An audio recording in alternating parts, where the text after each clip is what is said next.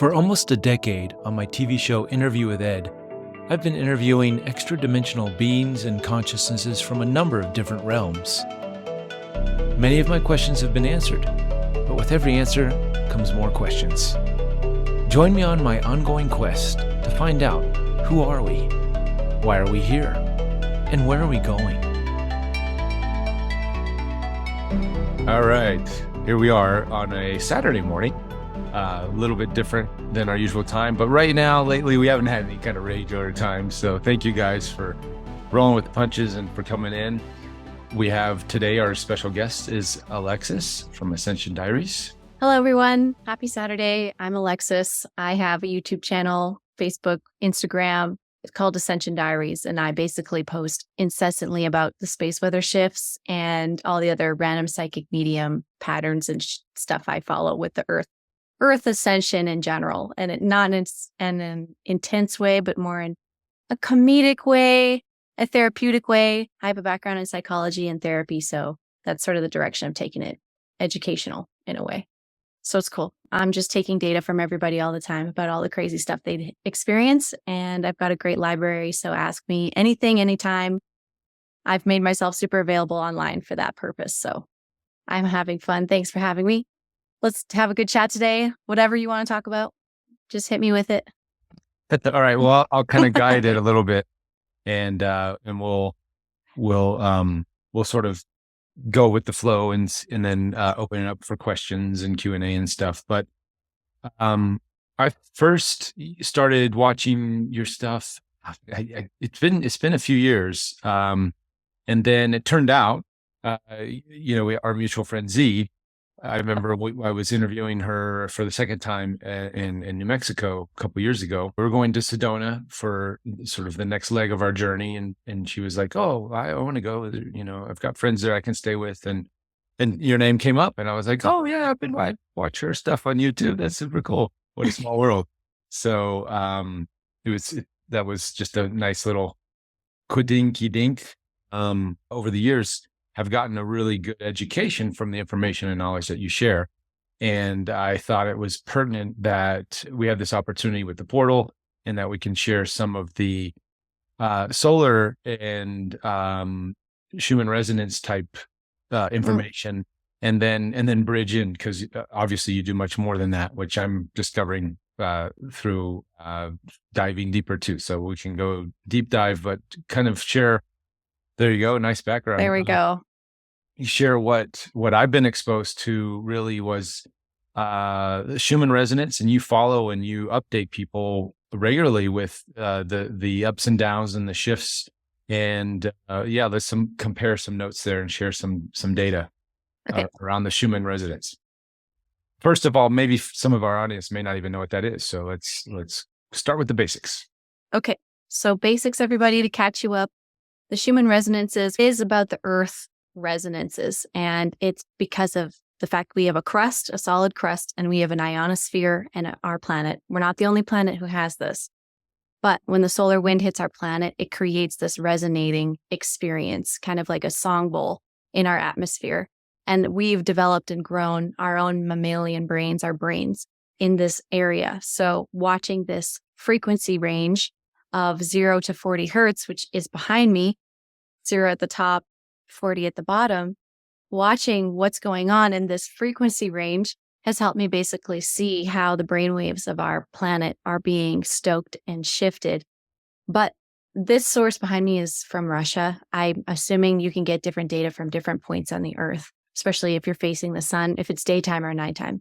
But we get a lot of correlating data from all over the world. People are resonating with the Russian charts. So it seems to work pretty good to kind of give a temperamental prediction or just a related experience. And in my Telegram chat room, for example, I have a bot that will populate this whenever people want. So people are getting up in the middle of the night, going into my chat room and populating the bots, seeing all the data together and witnessing these shifts and these waves and these weird anomalies like we had last night. This is the one from last night.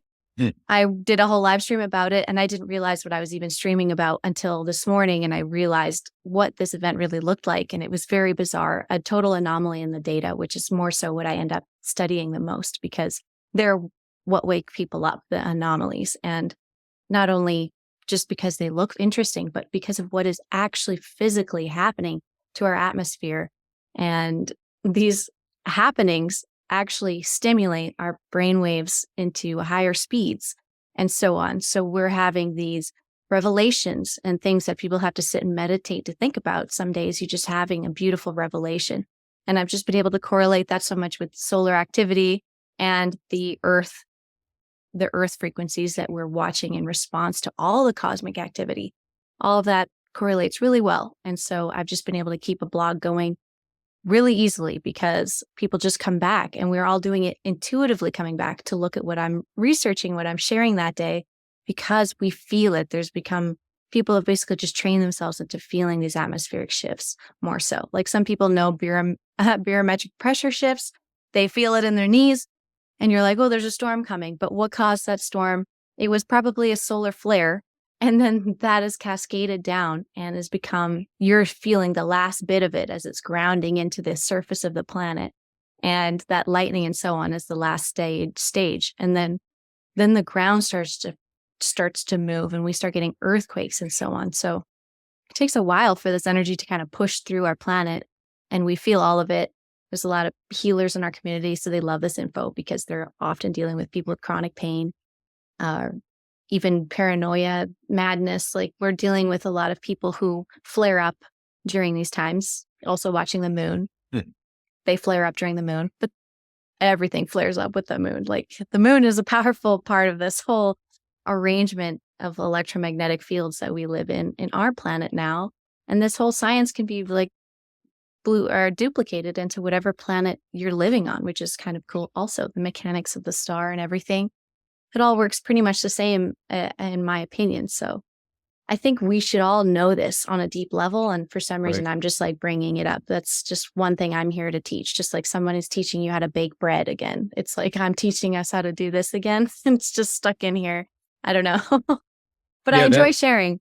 Yeah, that is, I agree. I think this is definitely, it is interconnected with, the channel material, with just sort of the greater scheme of all of the different modalities, astrology, which you can hear as well. So we'll get into that. Okay.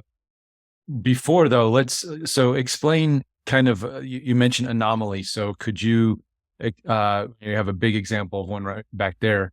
Yes. Could you explain the anomaly, clearly we can see some sort of something in there, but how do you define this? How do you understand it? And then how does it show up physically for us on the planet? So this one's fun because I did a live stream right as this was happening. So I have more of a fresh knowledge. Sometimes when the anomalies are occurring, I'm also having physiological, I'm not able to just focus enough to do a live stream, which does take a lot of brain power. It's very hard to do this work. So everyone who knows and does this type of work, they know. So it's tricky. But this moment, like over here, that you're seeing things go all the way up from the bottom to the top here, this is when I literally just passed out sleeping.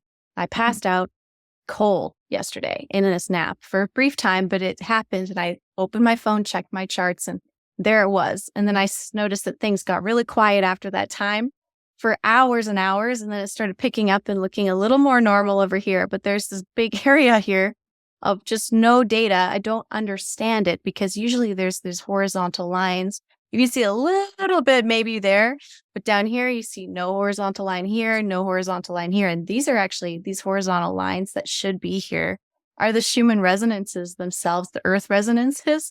So they should always be there. They should always be a little bit there, but this one's like completely gone. And then all of a sudden we're fine. So I'm not really sure what is going on. And it's hard to interpret because I'm not in Tomsk, Russia. I'm not at this university. I'm trying.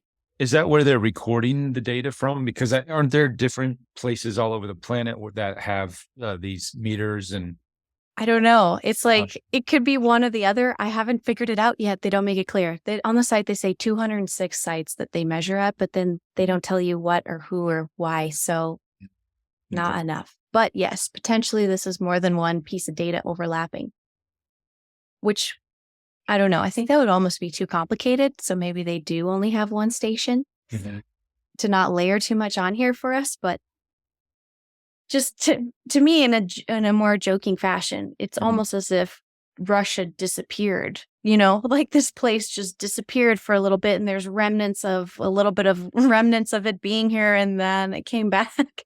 So some people get excited when they see this and they're like, oh, we're going through a timeline shift, or oh, we're doing a dimensional shift, or they get totally esoteric, which with this basic piece of data right here, all this is impossible to be like, oh yeah, dimensional shift.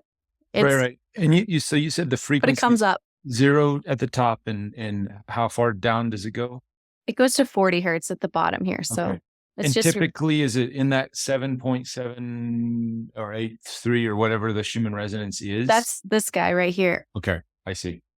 And that's typically where we see the data is in that level, and then we see the spikes up and down. And so if it spikes up, what do you typically see are you seeing in people, like people's reactions and people emotions and that kind of thing? I guess what I'm asking is up and down, like what are the differences in the emotional digestion of this kind of data as it comes?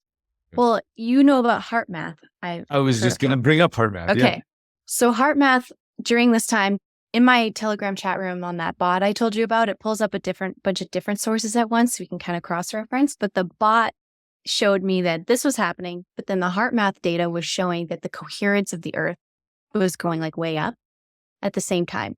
So in a way... Let's explain heart math to our audience just right quick, because they're all up to speed on that. So heart math has these random number generators, I think, all over the world. They have stations all over the world. And these random number generators get tracked.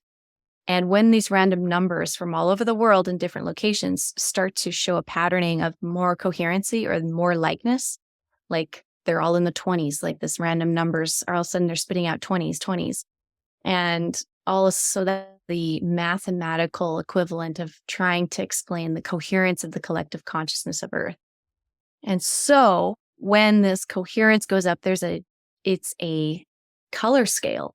Basically, they've made it simplified. They call it what do they call it? Something, the dot. It's in my link tree if you guys want to find it. Okay. It's not the GCMS magnetometer. That's not it, is it? That's the same website, but that's not the one tool I'm talking about. Okay. It's like the global consciousness dot, they call it, I think.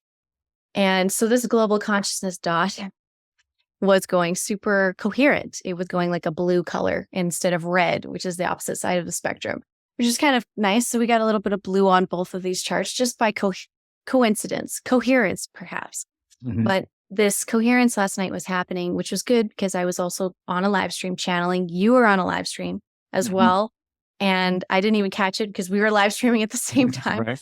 But my other friends were on a live stream, and I was, we were feeling in a heightened state. And so that's usually what I notice during these times. I also notice rarely do we get darkness where there's nothing. This could all just be false data as well. Just playfully, this could all just be crap data.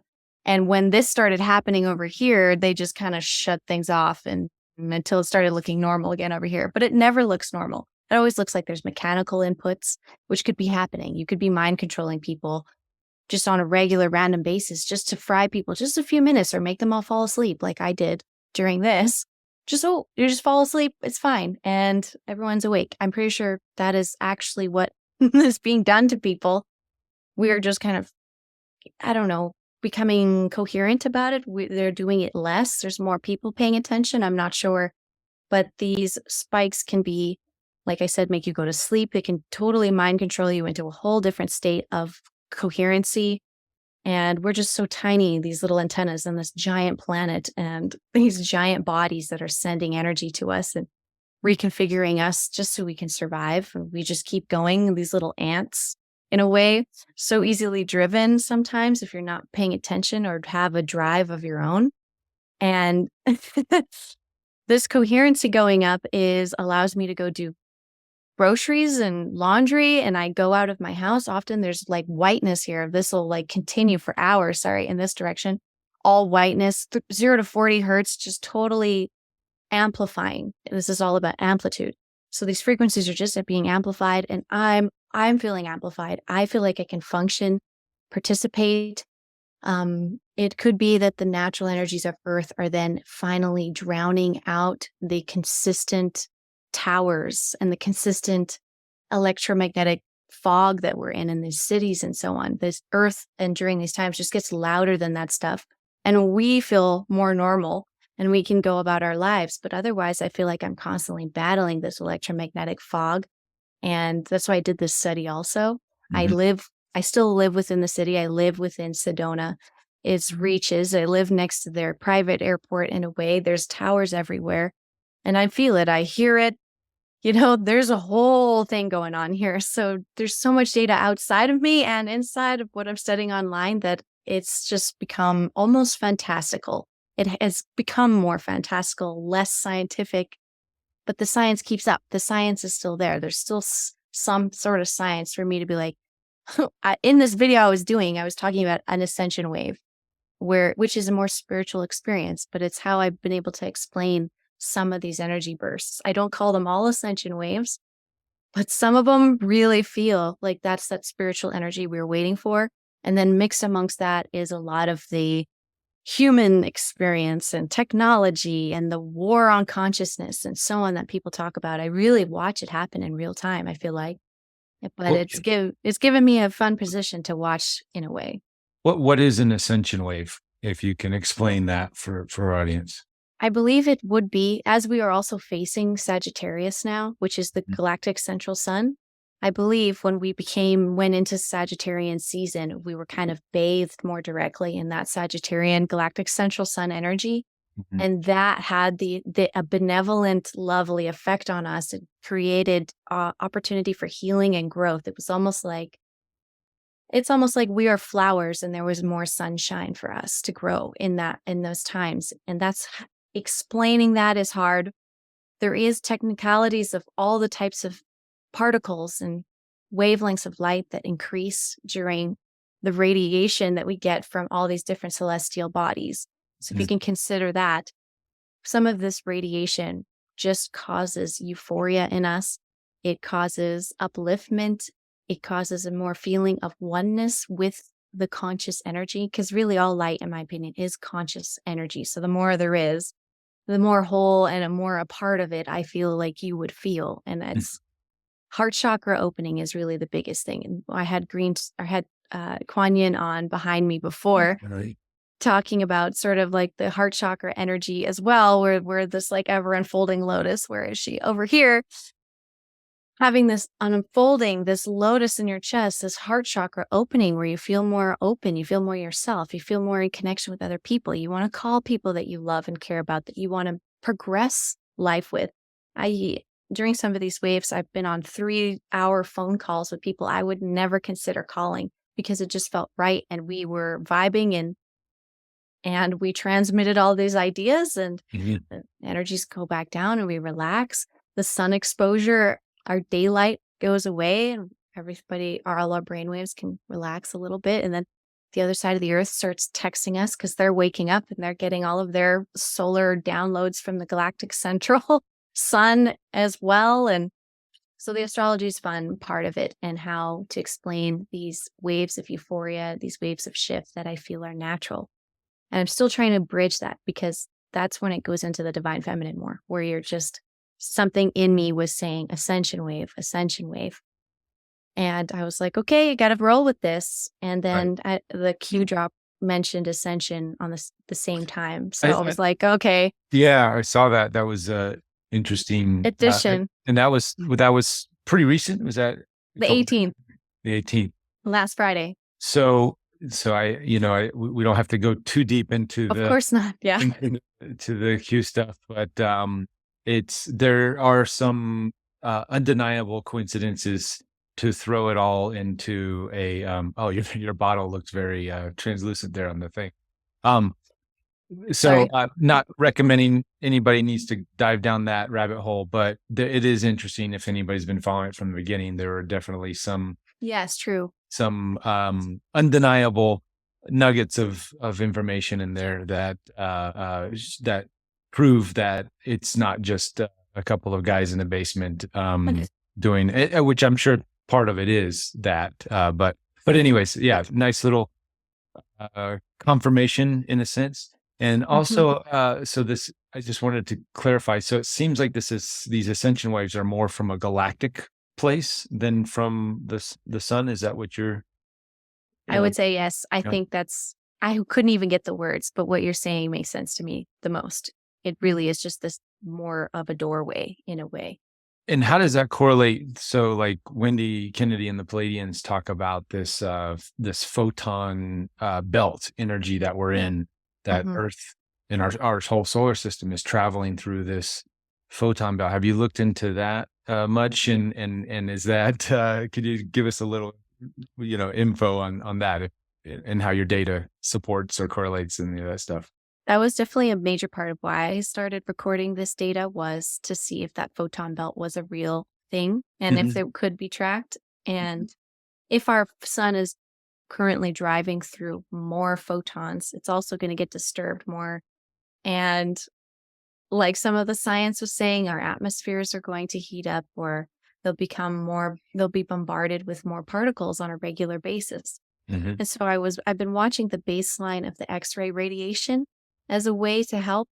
And unfortunately, I wasn't a space weather expert before I did this study. So I had to learn on the way and couldn't look at data much before I've learned about this as well as a comparison. But X-ray radiation that we're getting off our sun, it's in a class where it would be normally, I would say, I think it's in a higher class. Like there's a higher class of X ray radiation coming at us on a regular basis. If we took the averages over a year, Hmm. that might be the one insidious thing that I am seeing is increasing. So I assume that's probably the case with the whole spectrum of radiation, but they're just measuring X rays when it comes to the solar flares and so on.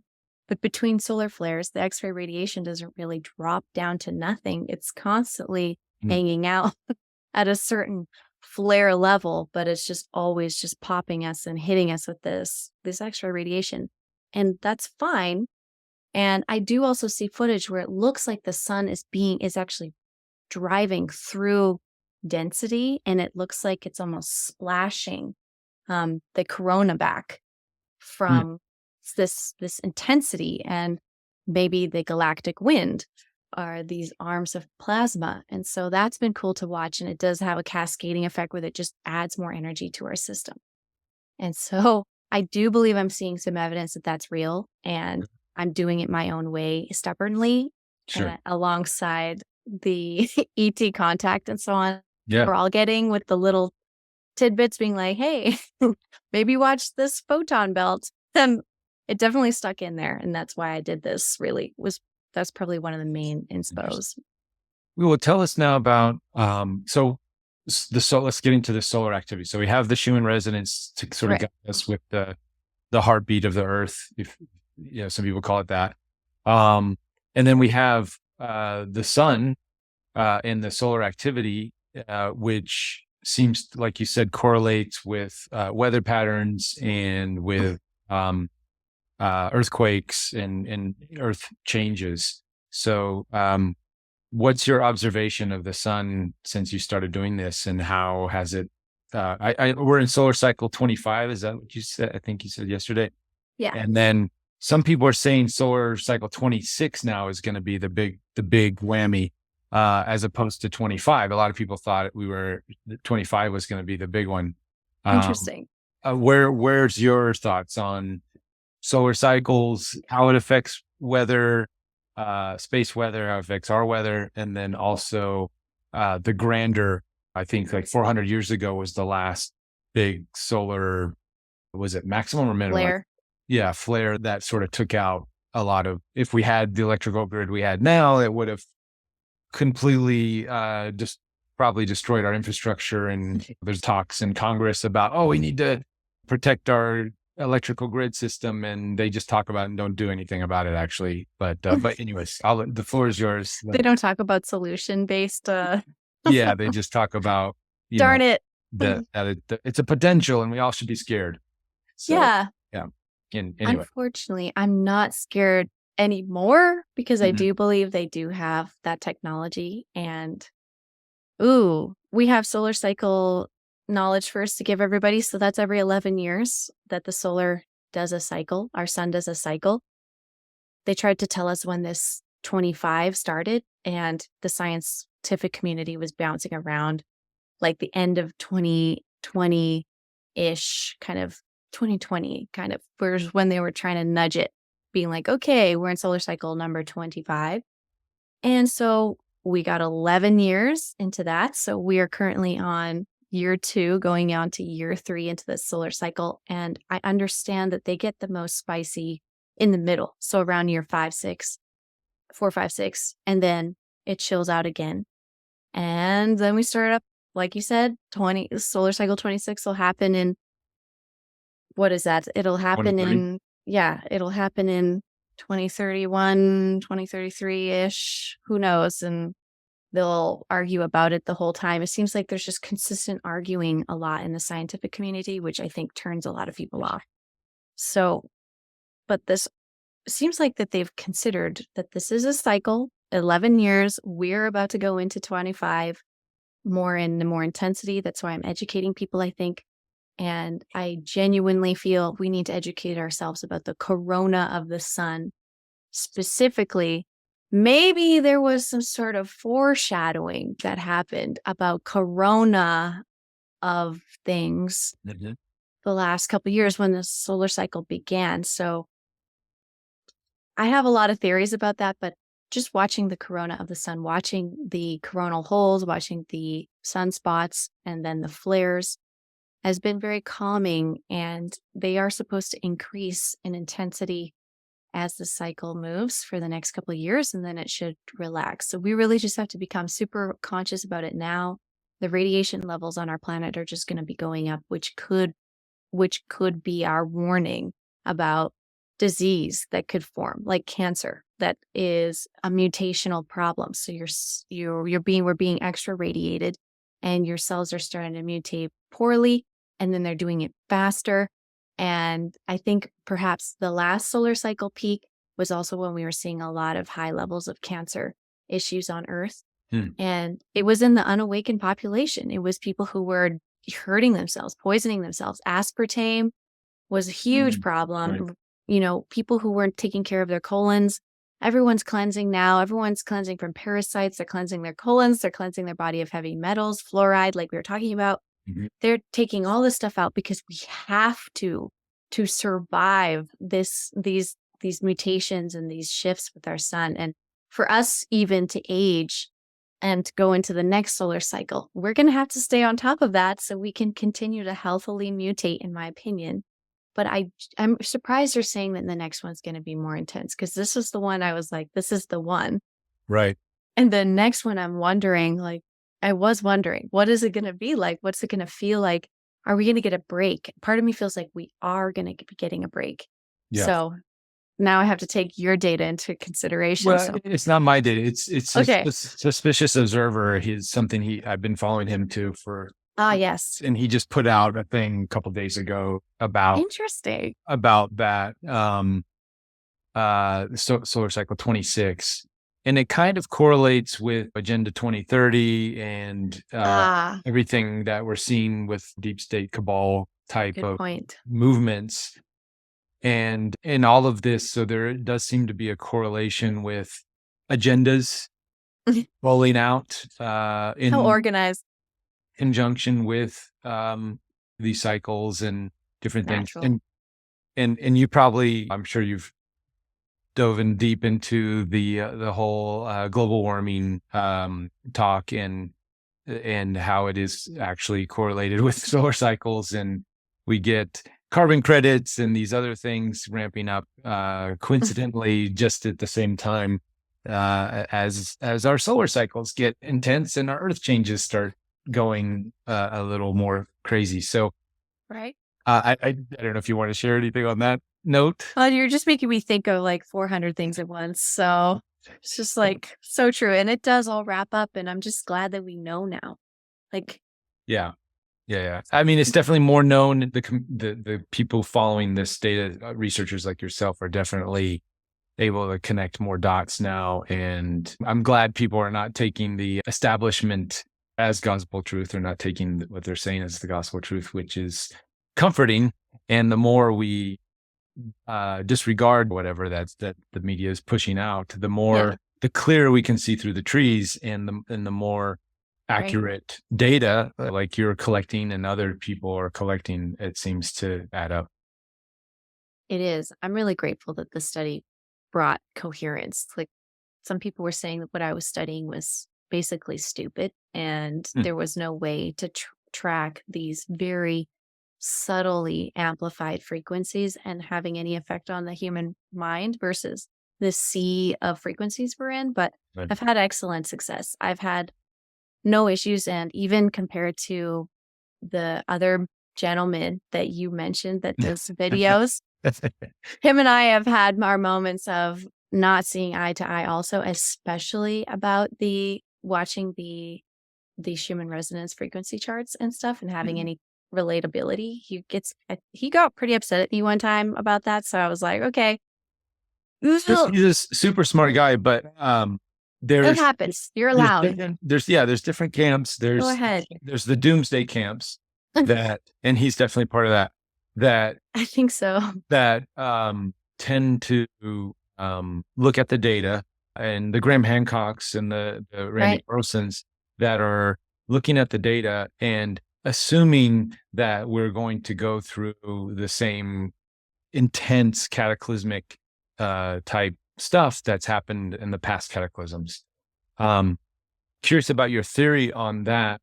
And here on this show, and my beliefs is that there's a fork in the road, and it doesn't have to be True. so devastating and can be rough, but it's also an opportunity for the ascension, right? So to ascend, not spiritually bypass away from these earth Yeah. changes, but to ascend to a place that definitely makes them a little more tolerable or more easier to navigate. And Yes. that's where I feel like just finding these correlations, paying attention, doing the inner work, doing the community work, then perhaps we can get to a place where it's not going to be another 26,000 years of darkness and crawling out of the tunnels and all that That'd stuff. be awful. Yeah, I'm yeah. I don't want to go spend the rest of my life in a tunnel somewhere. grateful that we're maybe just like gonna get to not do it that way this time. And maybe we're processing the pain of that happening. Cause I feel like the way I've noticed the universe works, it likes to just hit you with stuff and stuff you don't notice or you can't even comprehend, and then you work through it. So to have us all sitting here waiting and prepared, it makes me feel like that's not what's gonna happen. And since we're ready, or else it would have hit us when we were asleep, I feel like, and we would have just moved through that tragedy. But we're so awake and aware. And I think we're learning our own power in this lifetime and how we can actually consciously steer the collective conscious mind.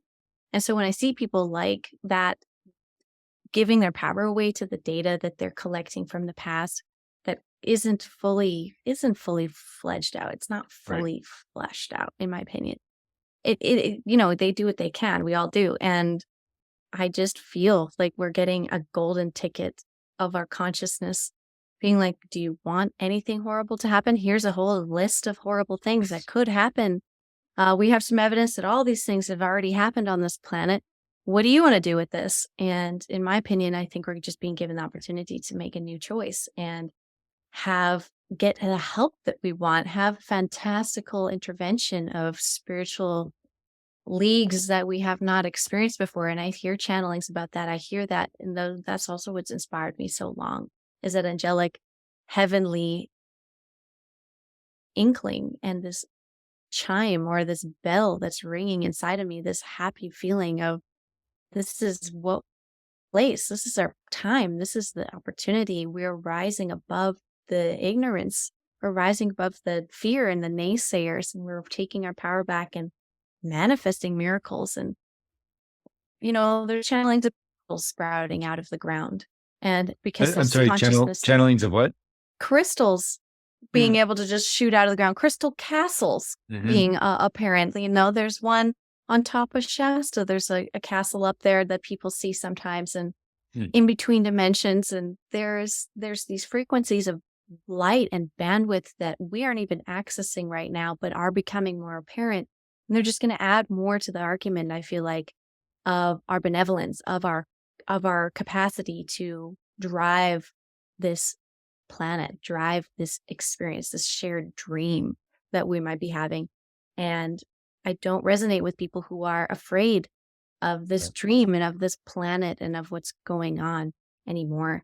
I feel more resonant with people who get excited and feel actionable and know where they are putting their energy, what they are going to do, even if it's all going to get wiped tomorrow. What is it that you wanted to do with your time? And are you doing that? And I am.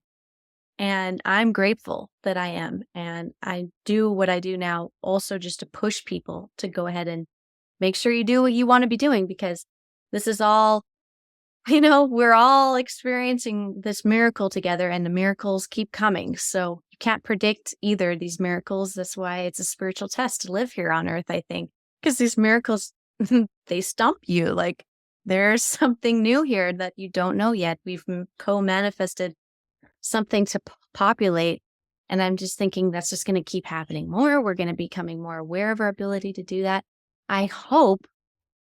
And that's sort of like the split that was also prophesized, the mental or the conceptual splitting of humanity from one idea or thought form and another. And they will look at an item or an object and feel totally two different ways about the object. You look at an apple and one person thinks, ooh, there might be a tree nearby. Great. The other person might go, oh my God, I better collect all these in case we're going to die of a disaster. Like, it's like, Right. there's two different mindsets. And I meet all of them walking around Sedona, and everyone finds, I think, a happier medium when they start grounding into the earth and they start having a connection with the actual spirit of our planet. Because she's there. And the sun, there's a spirit of our sun. It's there. It's intense. And all the little buzzing things that happen in between those two is just what they're allowing, I feel like, because either of them could just completely demolish us if they wanted to, I think, as an option. So there's a lot of grace in our little experiment here. People are so hard on themselves too and judgmental. But well, one thing I found that's really given me peace of mind is I've been the prepper, great cataclysms are coming. This is back in one of the reasons I moved to Big Bear in 2010 was, or I got my place here in 2010, was still working in LA in the entertainment industry. But I was like, the big earthquake's coming any day now. I gotta get ready. And I went in with some friends and got the place up here as not a vacation home, but an escape from LA home. And I prepped and I got my food storages and now then eventually in 2016 I moved up, and then it's just waiting any day now. The big one's coming, and it could still be though. It could still be, of course. For real. But what I've realized from transforming my home from this escape from LA bunker to a sustainable generating food for myself and my family. And I've given most of my food storages away to homeless people. And I still have a little bit in emergencies, but I'm going to do some garage cleaning in a few weeks here, and give more away. But, the peace of mind from setting myself up in this form and fashion, as opposed to waiting for the big disaster to come, like, it's such a higher frequency and it feels way more just clean, in the sense that I'm not prepping for the end of the world, but I'm just doing my part to sustain myself and my family from day to day.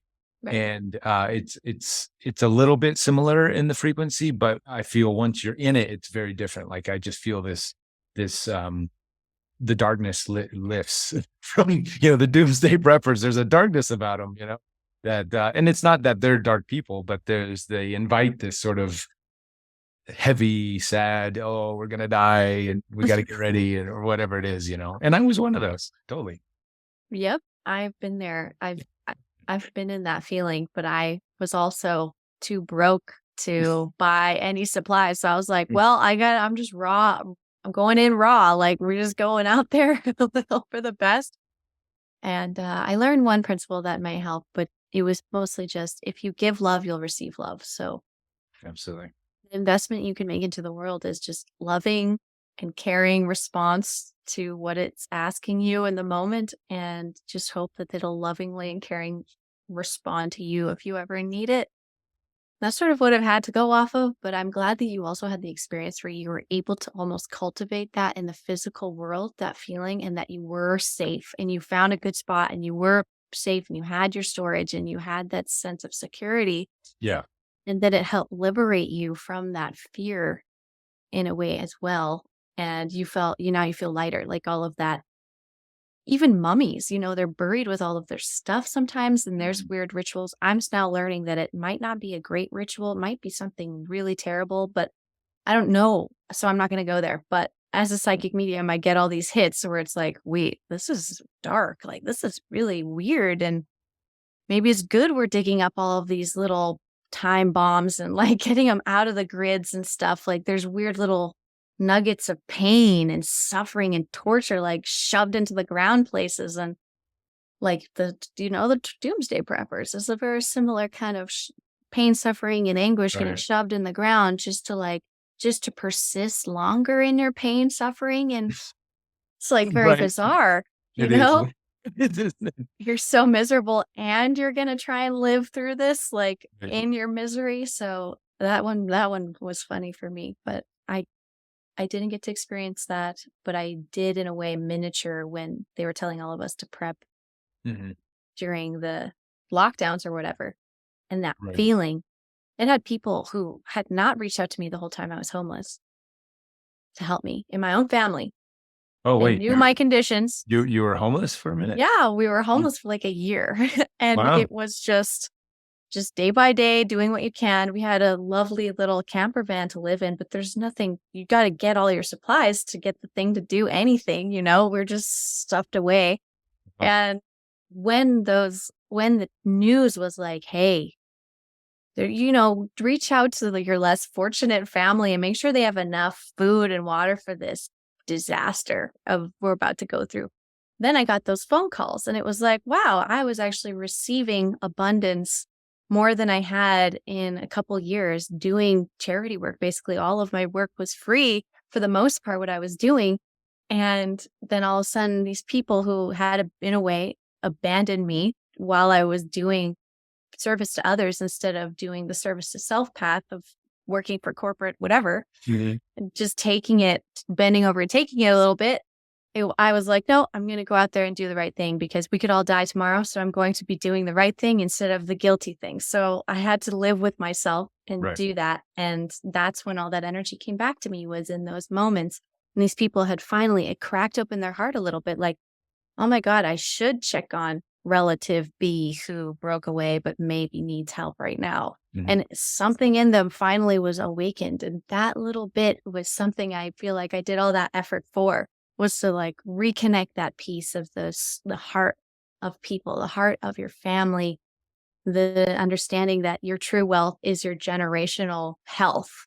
Yeah. And Yeah, yeah. instead of investing in all these other random things that Right. you can't take with you when you die, but you certainly are going to be with your ancestors and having to be and watching over the other ancestors when you die. You can't just like take it out of your family line and your karmic family experience. Like, Mm.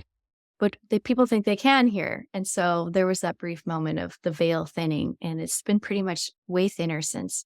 And people are much more aware of their health, their impact, how much food they have prepped, like you were saying.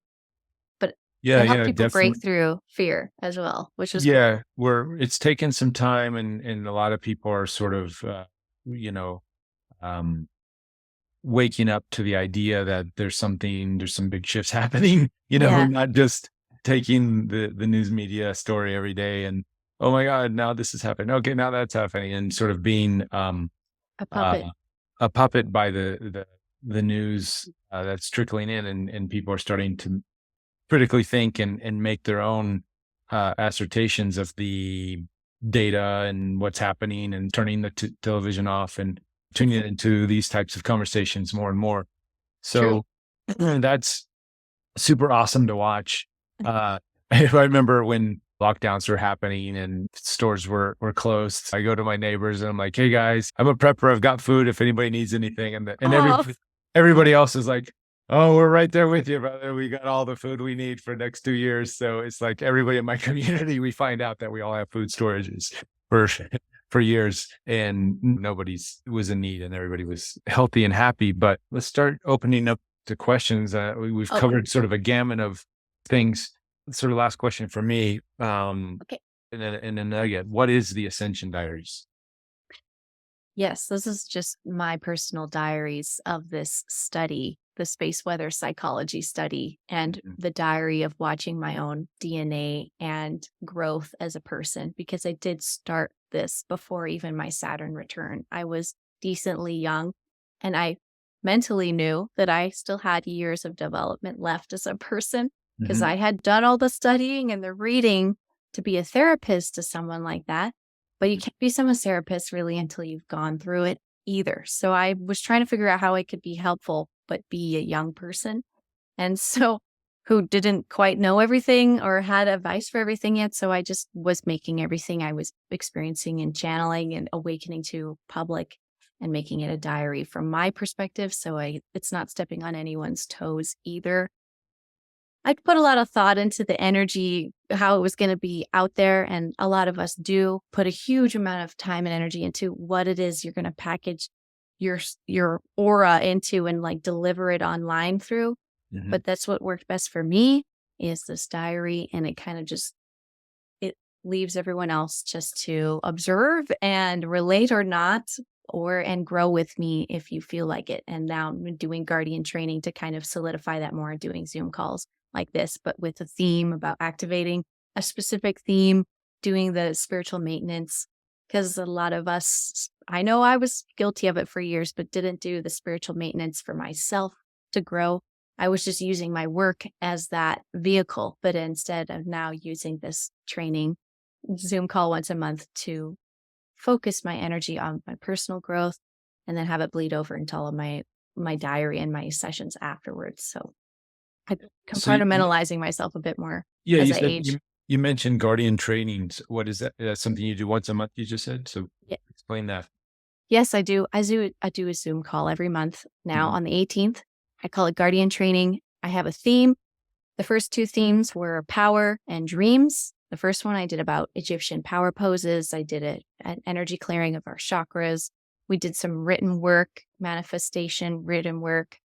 And in the second class, I did very similar with the theme of dreams. Mhm. I posted that one for free on YouTube so I people can have an idea. Yes, I saw that.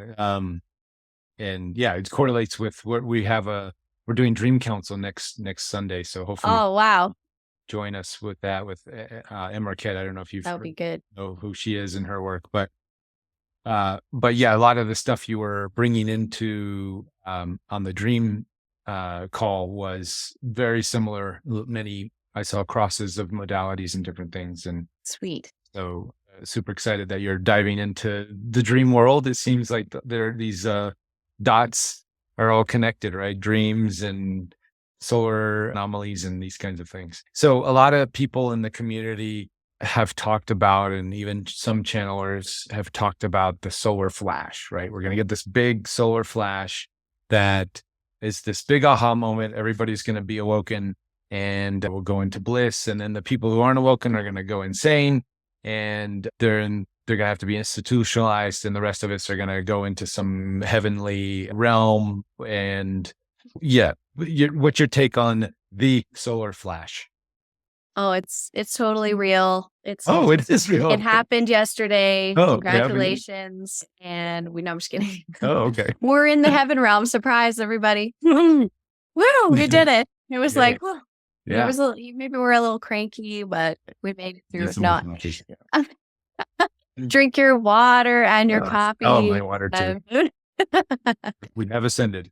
Yeah, we did it, guys. So we ascended diaries, maybe, but it is funny. And I am learning about the quantum effect of time, space, and whatever too. So it's like, it is happening all the time. Stars are flashing, stars are exploding out there.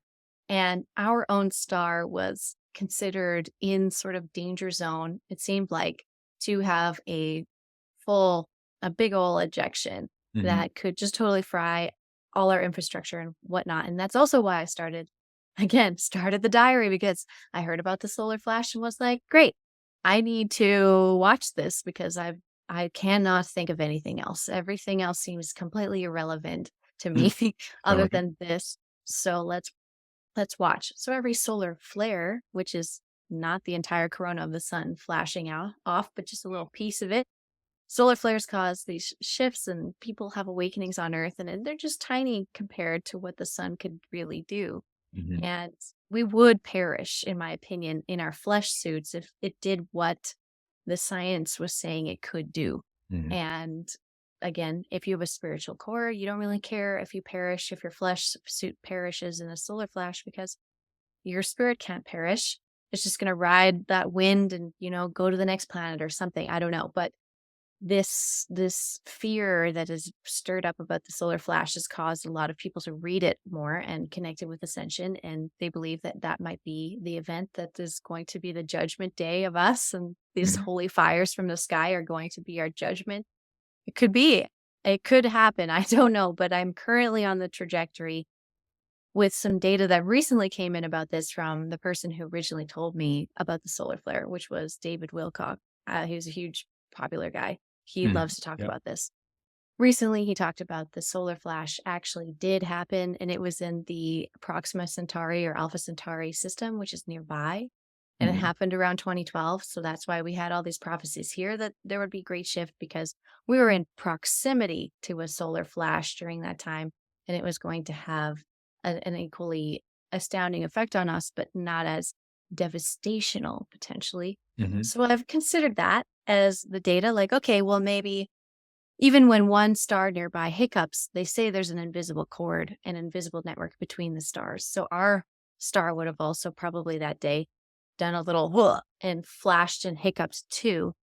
And these hiccups and these flashes that are happening through our star, I think, are reverberating stuff that's happening in all the other parts of the galaxy, especially. And these flashes are happening all the time. So I think it's more of a test basically about permanence and unpermanence of our ability to be in this galactic community, how the stars do operate.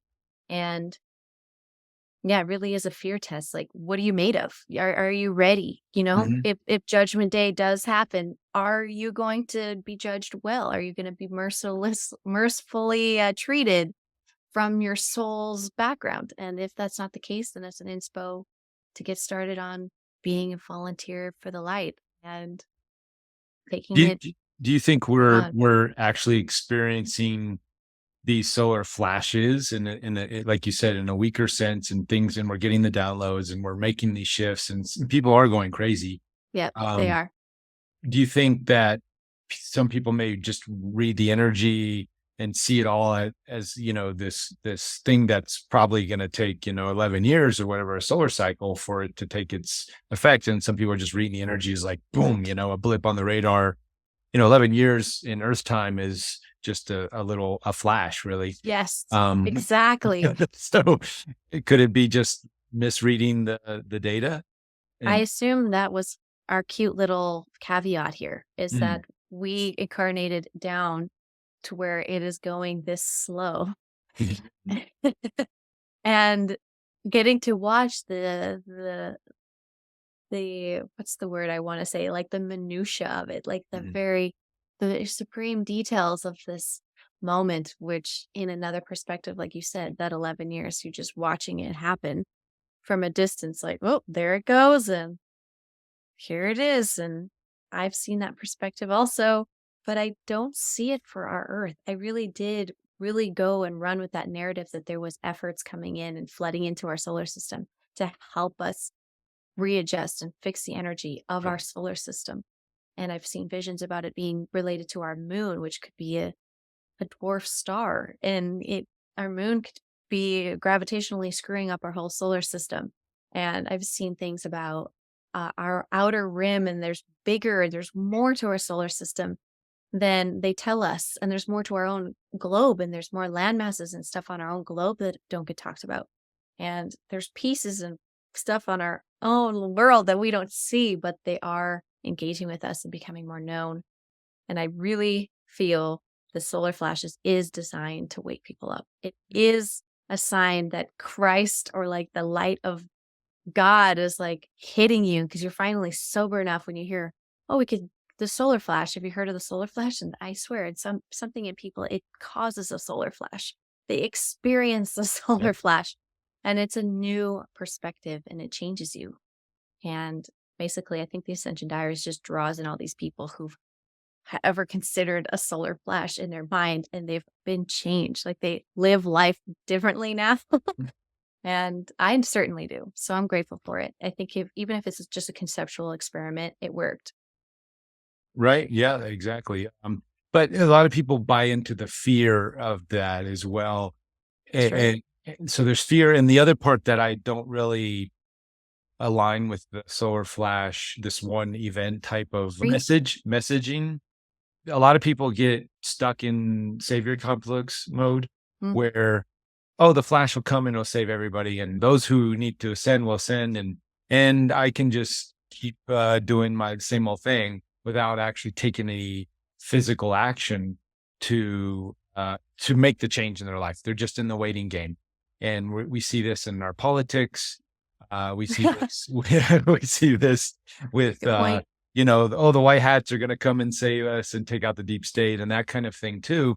And to me, any of those narratives go against my intuition that says, no, we have to do the work. These are just spiritual bypassing excuse, permission slip ideas that get us stuck in this idea of everything's going to be fine, which it is. I have no doubt it will be, but and I don't have to move or change any of my habits or my ways, and I can just keep doing what I'm going to do, and everything's going to be fine. And it's like, well, no, I think all this discomfort in society and in our individual experiences is a catalyst to move us into a direction where we actually take action that causes a direct effect, cause and effect in our day-to-day lives. So that's kind of my beef with the solar flash concept and idea.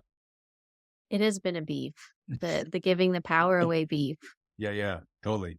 And the lying and the attention seeking in the process also. I've watched a ton of that happen. I started it on Instagram, and I started using hashtag Schumann Resonance and spirituality even, and they weren't even there in Instagram yet when I was using them. And I was like, whoa, I'm using this for the first time. So weird. And then it just exploded, and all of these all caps channeled messages about the Schumann and everything, like, get ready, you're all about to leave the dimension, and the ships are coming. And right. And it's amazing because I can BS and like be a jackass about it a little bit, but also they were right in a lot of ways, and people are channeling truth. And I think maybe the cute little poetic answer to this is we are the solar flash, and it's coming through us, and we are, like you said, like being, we got to like do an action and like go over here and like take the crystal skull over here and go do a dance over here. And, and I'm in that. I'm doing it. Like it's coming through me. And here in Sedona, I get to play and have fun and do that and exchange energy with people and go on the land and meet people like you and have amazing ceremony because it just kind of happens here more. But this splash is like coming through me. It's coming through us. And I feel like instead of stepping out of the way and listening, it's more so you are the message, that you are the action being inspired through this. And these messages are starting to wake people up to their own power and their own joy and also not listening to people who are yelling in all caps. Because if they're trying to convince you so much with a bunch of exclamation marks, maybe they're trying to convince you a little bit too much, but then it wakes people up still and people have a revelation and they connect. And they're not wrong either because they're sharing data, like the data's there, but they're not Right. talking about it properly, but they're using it. They're like divine feminine sides taking over and they're channeling all this stuff Right. about the galactics and all that, which is true. And it Yep. does come through for me, the galactic influence. And even just in one of my sessions the other day, the Ashtar command was coming up, and then my earthquake app was blowing up. And I was just like, what the heck? Like, Mm. clearly there's an operation happening right now, and Mm. something's cracking out of the earth, and we're whatever, parasite cleansing the planet with these light codes and these flashes of light also cleanse us of the lower vibrational stuff and entities that live in it. And people are doing parasite cleanses just to clean, like I said, their own colons. And oh my Right. God, revelation. They are seeing things come out of their body. They're like, what happened? I'm like, a portal could have literally opened and these things could have been in your body. Like, there's so many potentials I've learned. And even through military whistleblowers telling me all these crazy things they used to see back in the 80s and like stuff that's really old now compared to what could be happening. So it's almost we're playing catch up with all of this crazy stuff that's already happened and the solar flashing and this angelic light and these galactic higher vibrational teams coming through us and coming through the civilian population.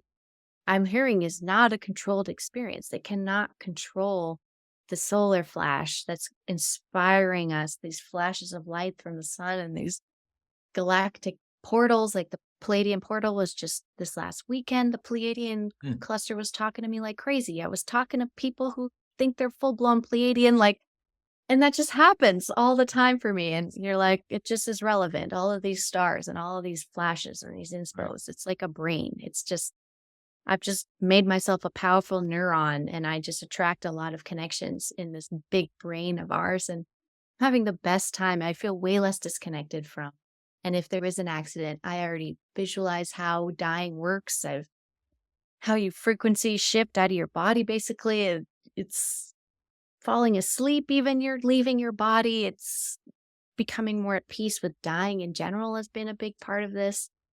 How how to handle your family dying during these solar flares, because that's going to be a big issue. People being born also you're in labor and the Schumann is going off or the aurora borealis is going off super crazy. I get Yeah. all these How do you beautiful see that? correlations. How do you see that affecting something like giving birth? How does a, a, a big wave of energy uh, spiking the Schumann resonance at a time like that? Is that sort of like an Good. astrological uh, marker that now it has to be built into people's charts? Totally. I think so. I could be Okay. responsible. I have some new moms and stuff that are in my groups too who have seen the data and some of them watch my videos and their children are giggling at some of the things that I'm bringing up and talking about them. Just the synchronicities of them already being tuned into what we're working on and the trajectory we're going through is really cool. And I do believe it is it's just the people coming in. I mean, oh, getting into astrology is a whole other thing. Very passionate people, my astrologer friends, very, very passionate. They know the hordes of human beings being born and what they're going to behave like years from now. And I don't understand that yet. They just know because of the timing of the planetary rotations and all that. They got the Right. math and they know about the types of kids and the types of inspirations and stuff and these advancements in medical and in all of the structure of society and it's Mhm. all being catalyzed and stuff too. And yeah, the charts when it comes to being born, it is tricky because I have seen a lot of blasts during moments and I've seen blasts where the message was, this is children. Like these are babies coming out of the sun right now. So get pregnant right now. Like, and I will make posts like, hey guys, like if you're waiting for a child to come through, Mhm. I know they're on their way. Like this particular solar blast, that's just a bunch of kids. So why don't you try and see if you can conceive, because they're here rolling through. And then again, I get the messages that, okay, this one's going to be killing people. This solar flare, Interesting. these people are going to be dying, and not just people, but pets a lot of the time too. Okay. The pets is really helpful. I only have pets. I don't have human babies around. And the pets give me a ton of information. And they often are similar, like the babies and the puppies. They're in pretty much the same camp a lot of the time. So, Mhm. Is that, do you think many of these mass die-offs with birds and fish and different oh, things that we've yes, seen, I haven't seen lately, it was more around thankfully, yeah. 2012 marker. There was a ton of them. We'd see birds just falling out of the sky. Is that, you think, correlated to the sun then? It could have been. And that was again around that time where that Mhm. Proxima Centauri blast could have happened. So Right. we could have just got washed that week or two with the wave from that sun, and some birds and fish, were a little screwed up. And also with the grids of the earth, which I think these big granite buildings and masonry and all that, they can Mhm. actually pull and warp our grids with the stones that they pick or whatever. And these warped grids and everything are getting fixed. And that's also why I think even this year there was a lot of issues with whales beaching themselves, especially over by New Zealand, I think it was. There were some issues Okay. over there with the grid, and it seemed like the animals were just straight up going right up on some land from the Mm. water, and it made no sense. So I get a lot of visions about the grids being fixed also, and these buildings having to be decommissioned, and so the grid can snap back to where it's supposed to be. But we don't want any snapping. It's constantly like we're trying to make this as gentle as Right. possible, and that's why we're light workers. And I think we are the solar flash, because it's going through our body, and people are migrating across the land and doing conferences and events and moving this grid with their bodies instead of it slapping over naturally and causing all of these, I'm assuming, major storms and Right. like birds flying into mountainsides and stuff, like weird stuff like that, where the magnetic field is just completely whipping around. Right. And Right. watching the magnetic field get repaired on Earth has been this very deep, I think that is more of the feminine as well, the magnetic. And it's just this deeper, quieter experience I'm mixing into all this. And it doesn't show up on the charts. I can't show you a blast of the magnetic field Right. moving, but I can show you that all of a sudden, like 50 people in our community are going to one location for a weekend. And oh, the military, and there's earthquakes, and all of this is happening along that same latitude. And you're just like, Mm. weird. That's so weird. Well, there's something I wanted to mention was the pole shift. So the idea of the pole shift, Yeah. it's been around that, and different people have different takes on it, but it's Good. clear data wise that our poles are weakening. The magnetic field of the planet is weakening. And it seems like I could be wrong, but I feel like from my research, there's enough data that shows that. And and then there's talks, or there's actual data that it has, literally the magnetic poles have flipped in the past, right? We've seen, through Graham Hancock and other carbon dating stuff. We've seen that this it's, and then when that happens, usually it's followed by great cataclysms. So Right. uh and different people translate, this data, and they say it's happening now. We're getting ready for that to happen now. And then some people confuse it with the actual, literally, north becomes south, south becomes north. The whole planet flips on a wobble, and there's like all that. And like, if that would happen, that would just tear every living thing on the planet apart. That's not going to be happening. Uh, Yeah. but the shift itself, just in the polarity, magnetic polarity flipping, that seems to have happened in the past. What's your take on that data, and how does that fit into this cosmic Schumann resonance solar puzzle? Right. I've been wondering that. And I say playfully, part of me wants to be the youthful one that wants to argue and just being like, no, that's not that's not what happened and that's not Okay. what's going on. And a part of me in me wants to do that. And I Mhm. don't know why yet. It's like my inner child is stubborn about that for some All reason, right. but I don't have a reason to argue with anybody. That's not really me. So what I would say more in a mature sense was like, I personally feel like the polls are super important. And Mhm. there's a crux here. There's this something here. And the fact that they're feeding along this line and I'm not vibing with it, but I sometimes vibe with these guys, it's confusing for me. And it's frustrating also because I wanna be a part of it. I wanna relate. I wanna know this what's gonna happen. But I would Right. say that what I keep being shown is just that the magnetic poles are just gonna keep migrating. Mhm. And is that what you've been seeing? Because I know they're moving. I've been watching them move and they do show me in visions all the time. This one was pole related. And like some of the data I see, it's like, oh, the polar shifting is still affecting things. And they're showing me how the poles are migrating and it is migrating more into Siberia right now, correct? Like into Yeah, Russia. but is the migration, is that part of the process of the equinox, or is that whoa, sorry. I'm I don't know. I think it speaking. might just keep rolling. It just might just keep rolling. And that's just this like slow process of our planet rolling. And then I Oh, I see, I wonder, see. well, what's this disaster? What's this disasters that they're capturing? And is it perhaps, was it a pole related thing or was it something else? Could it be another thing? And I'm wondering if maybe they haven't quite gotten to that answer yet, but I could be just, I don't want to argue either. I just want to have fun and have a part of it. But I do feel the pole shift narrative thing is still something we got to talk about and like maybe add more pieces to, because I do believe that we're all good. I get all goods, like all good. Some of the things that we're nervous about, I just get this like overwhelming, like that's all good. And I do get that the power of our consciousness is shifting more though with that pole as it migrates into the Siberian Russian side. So we may be more interested about Russia on a planetary level, like culturally, versus North America, which is kind of where when we were born, where the pole was still, it was still in North America. And I think it's even in our lifetime has moved. So I Yeah. wonder that. I wonder, is it normally go that fast? Is this an accelerated experience? I still have questions. So you got me on that one.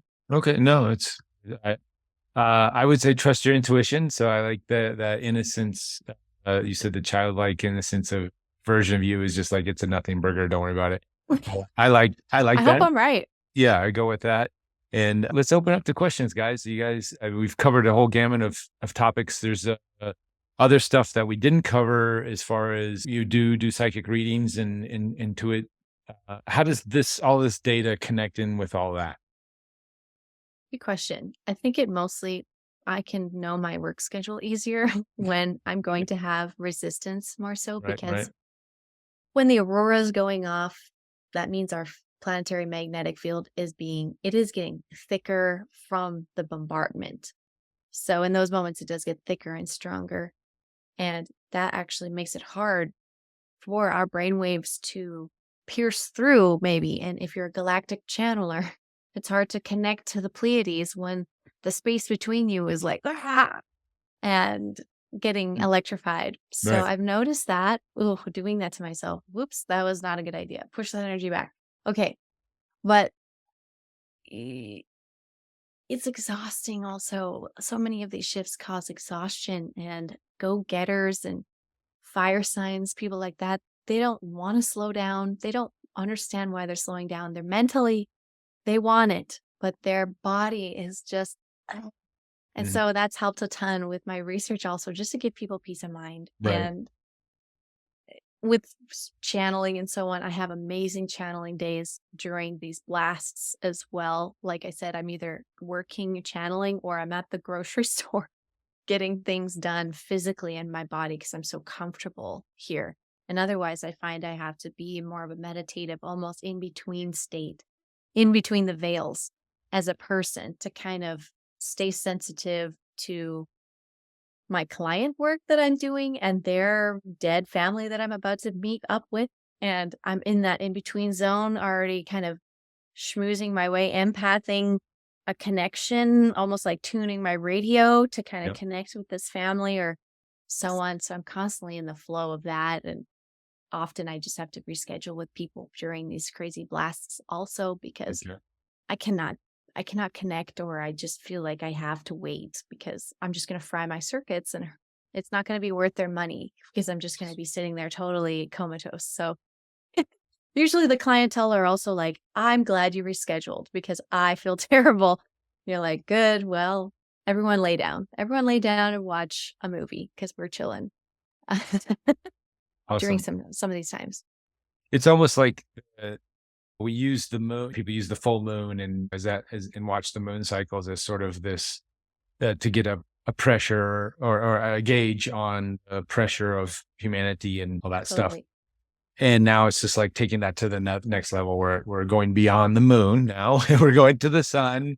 We're going to galactic energies. We're going to look, in a sense, astrology, but it feels like this is just a supporter of the astrology and just another angle that people are just starting to dive into and look at. And we have the tools. We have the Schumann Resonance indicators. We have the solar observatories. We have technology now that can help us do this work. So Sophia has her hand up. Let's get to her.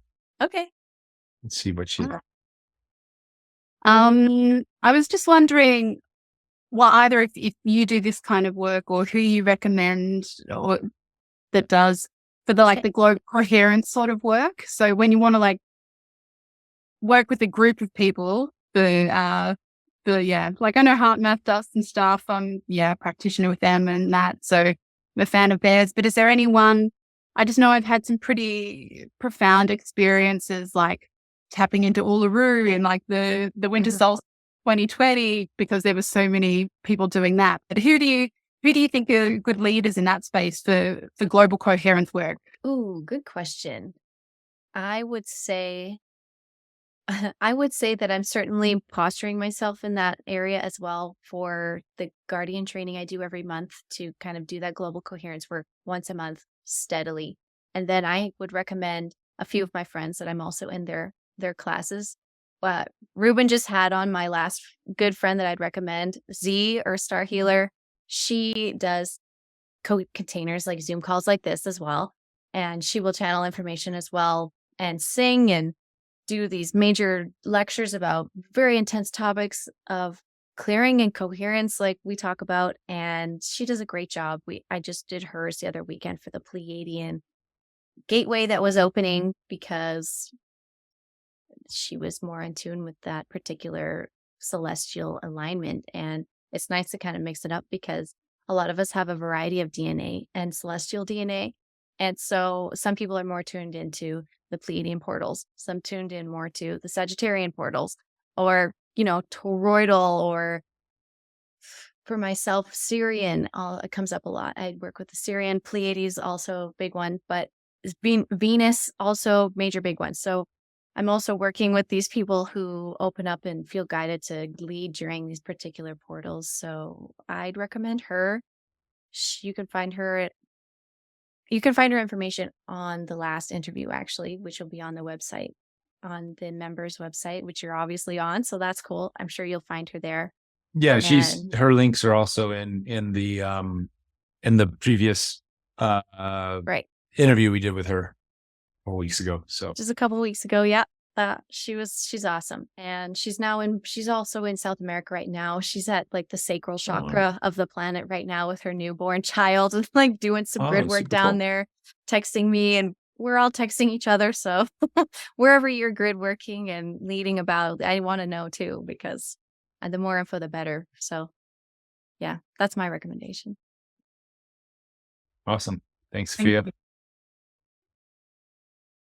All right. When you work, Alexis, with clients, what kind of questions they ask, and why would someone seek Alexis of Ascension Diaries out for consulting or readings? I would say I attract a lot of people who see my work in my YouTube videos and do my more interviews, and they see me. They're also a practitioner or almost about to be. They also have some type of ability, but they haven't quite pulled the trigger or actualized this big next thing that they want to do. And I find that they sense my energy as kind of being a cheerleader energy as well. And as a Mhm. psychic medium, I get a ton of information through doing oracle card readings and card readings as well. So give me whatever questions, whatever is stumping you, no matter how powerful being you are. There's always those moments where you're like, I'd like a second opinion about this. That's what people come to me for. I get a second opinion through my cards. I just start channeling information and you don't have to tell me anything. I will just start and give you this info, and you'll likely be very grateful that I was bouncing off and validating some stuff. You don't have to tell me what I've helped you with either. But another thing too is now the ancestors around you Mhm. that are guiding you, either earth plane or galactic as well. There's the tiers, there's beings all over the place. We've got a lot of travelers, and family members from all different places sometimes can come through. But that's another thing people see me for, is they sense a relative a lot of the time, or recently has passed away. They sense or the galactics, and they're not sure exactly what the message is yet. They aren't exactly sure why they're being contacted or what is entirely the message, or they feel very uncomfortable where they're living, or they feel very like there's this download or this energy bubble that's trying to be translated and they need some help. And that's kind of what I work with. I find to be Mm. able to just absorb someone, get a lot of their current concerns, do readings about their questions, and then mostly once I start getting comfortable with someone in the half hour of a person, I start getting more messages visually in my third eye about their family and their paternal or maternal side, passed on pets and other guides and loved ones that want to come through. And it's just accelerating. And the more people I get to engage with, the better my abilities become. Mm. I usually try and give people 24 hours when they book with me so I can actually also sleep on it before I see them. Because once you've consented by purchasing a session with me, Mhm. immediately I've noticed it's just my soul just gets to work on this person and getting all this information that I can to be of support to them, and just sending them on their way, on their mission, with this boost and this extra love and energy and support and reflection. Psychic mediumship is super fun though, because not everyone can do it yet, but Mhm. it's coming. Yeah. And just to be a little bit ahead with one little skill with our human genome waking up is really fun. And I was being prepped for that right at the beginning of my spiritual awakening as I was maturing into a woman. Like grade 10, grade 11 was when I was starting to starting to learn all about this. So I've been Mhm. practicing a long time, but recent I had a car accident and Oh, that's it right. Yeah. got my upper nose like completely broken. And it Mm. was, whoa, it's just like a whole new, it's like the nose I built back then with all the like knowledge and gnosis.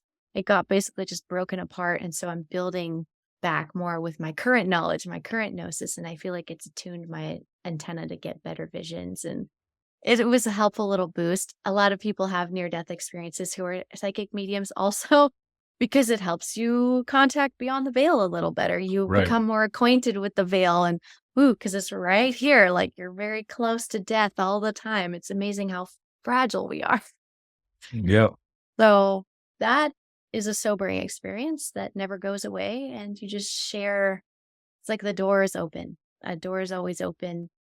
Not always, but in my sessions, I can open the door and see all these extra things. But I'm really grateful that I've been able to manage the energy and I don't get bleed throughs that are uncomfortable with people. I've worked my way up to this very slowly, and I think it's helped me fortify a good way to run that energy through my body and channel it like a Reiki master also does. You absorb and run it through your own body, Mhm. but doing it over quantumly over a video call, it's just as effective. It works great. I've had no barriers with video calls. They've been such a gift, I think, to people in this community too, because you don't have to hike up a mountain and see the person squatted in a hole who is the psychic person. That's what they do. It's like, oh, you just go online and write psychic lady, and there's a Mm. billion people now, and they all are fantastic, all different languages, like whatever you need, age groups. Just go with who you resonate with. You likely have codes to share with them as well to make their business and their healing practice even better just by giving them your perspective of life and the things you've gone through in a session. It's a gift both ways, but it can make a huge lasting impact to get one session with a psychic if you've never done it. I used to It go. activates people.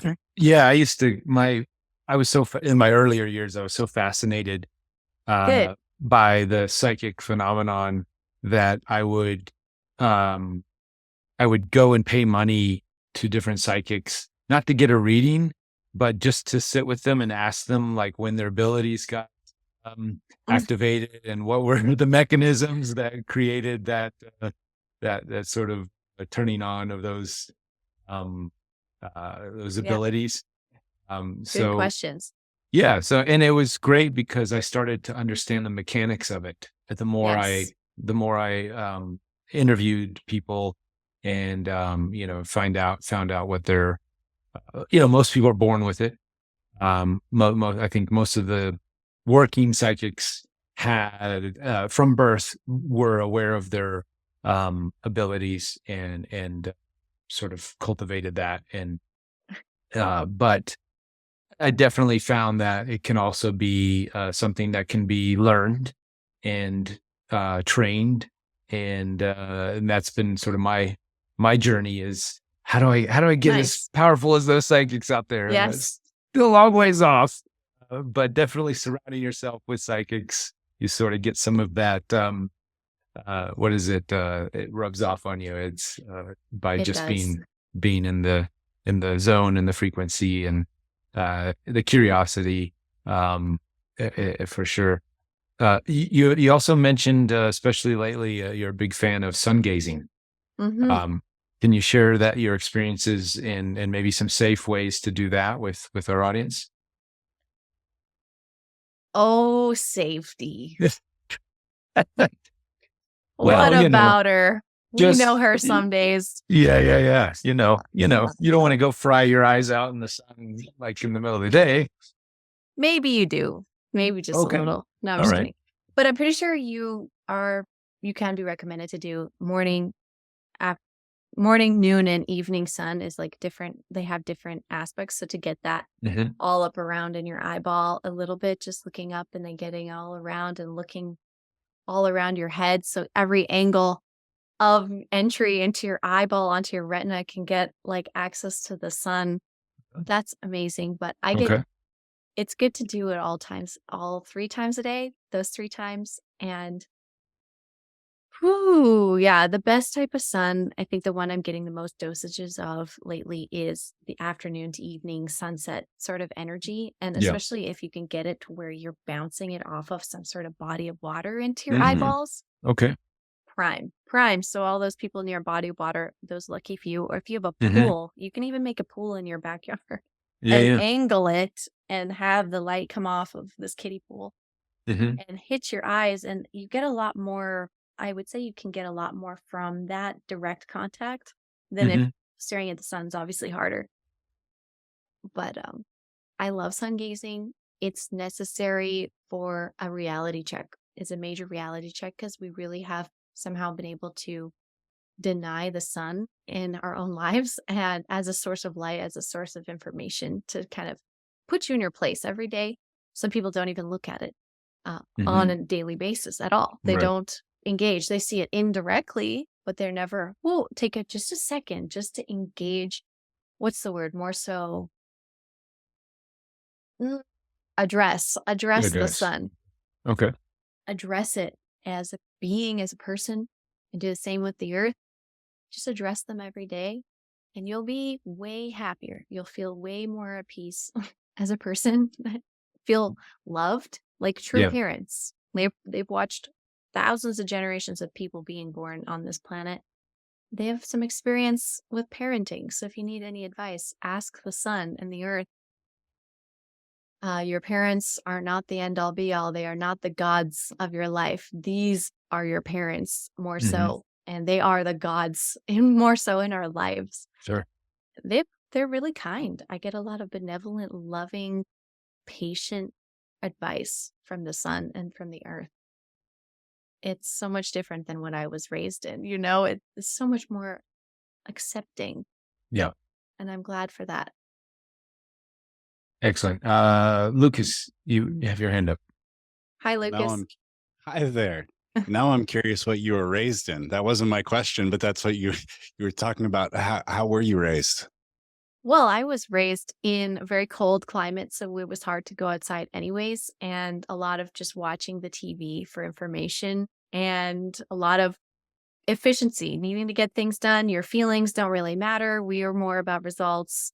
And to have more of the sun or this earth just be like, you're doing great. And look at all the progress you've really done. And look at all the progress that has been done. You're just a little part of it, and take it easy. And just be in our presence more if you're feeling unloved, because we're just emanating. There's just this emanation. And somehow we're able to separate ourselves as this beautiful, weird thing we've learned. But once I just get a hold of myself and a grip, I feel much better than when I was a kid, for sure. So your spiritual gifts weren't encouraged from a young age so I much. wouldn't say so. Came into that later. With the Schumann resonance, I'm curious if there's like any general guidelines on how to read that, or Yeah. how you read it, and especially with like the blackouts. Yeah. What do you think's going on with that? Or do you know more? It seemed to me like the scale must not accommodate it, but I didn't even understand that the zero is at the top. So it can't be what I thought it was. Okay. And there's two. So there's two graphs that go in together. The first Okay. one I showed you shows the behavior of 0 to 40 hertz, the amplitude behavior over time. So it's like 0, 40, time. And then there is a secondary chart which shows the amplitudes of the first 4 Schumann resonances. So in that whole scale, you can see them in the backdrop. There's those more horizontal lines that never die. Those are the earth frequencies. And that second chart that I didn't show you will measure how strong that they get during times. And that's the juiciest data, when the primary earth frequency amplifies to a way more than normal level. People are just thinking more. They're just experiencing life more vividly, it feels like. And if that helps you read it more. But I also have a class, and like I do free videos on my channel to just walk people through that process if you want to watch that. Yeah. Or just message me if you have any more questions, and I can like specify more for you, because I want you to know how. It's not tough. Do you feel like the Schumann resonance is a reflection of more of an influence, or a reflection, or a mirror? How do you see Yeah. it? It's a reflection, I would say. A lot of it. It's a reflection of what the sun is hitting us with, and also what I think is happening here on the planet, what they're doing scientifically with the like arrays of antenna of HARP and CERN and all these big electromagnetic projects that Earthlings are up to. So it is a good reflection. It's like a playground of the Earthlings and the sun's engagements, but also the moon influences it and the other stars and stuff.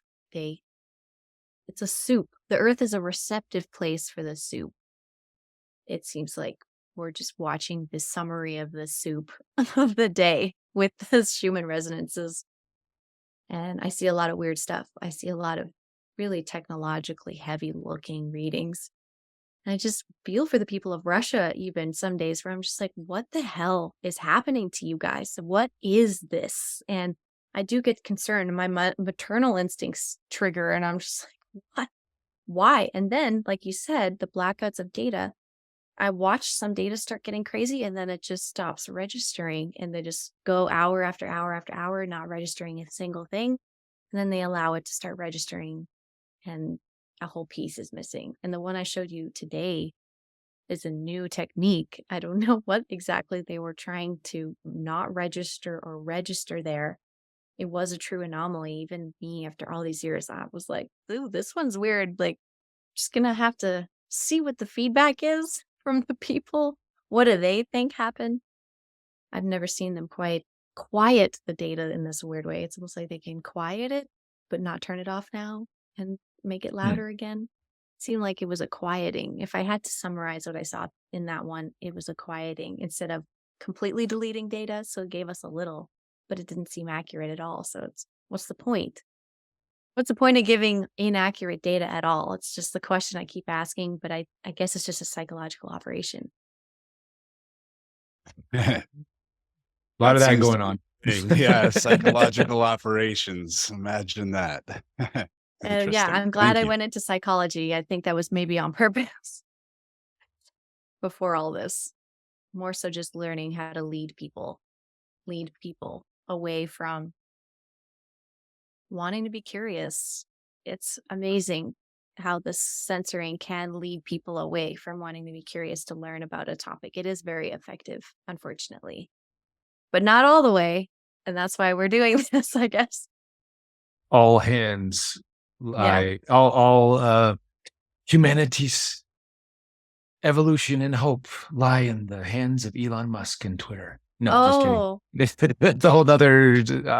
right? We don't have to go down that. But anyways, sorry, Lucas. Go ahead.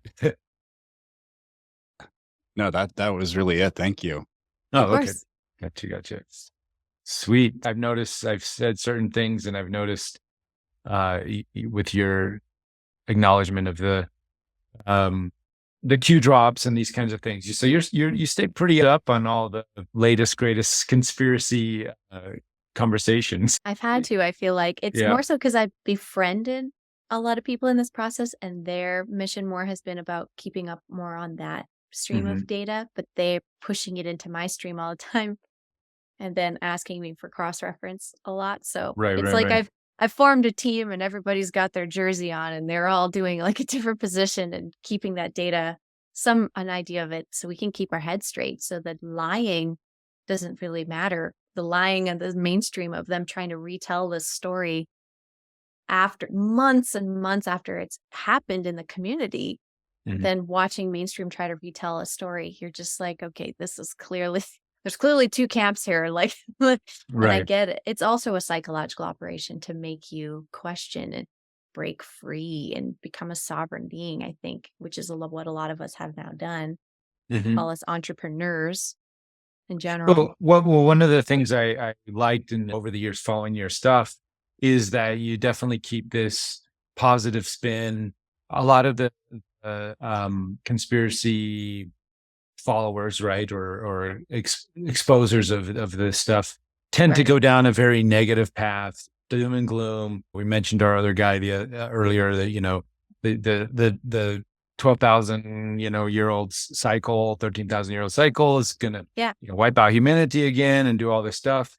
Then you have the other, just like in the political arenas or the interwebs of conspiracy and secret space programs, and these kinds of things can get very dark very quickly. Yes. Where you've sort of have always kept a positive light feel to it. Your presentations are always uplifting, and that's been my approach as well. I tend to go down some dark paths, and probably my audience here is like, where's Reuben taking us now?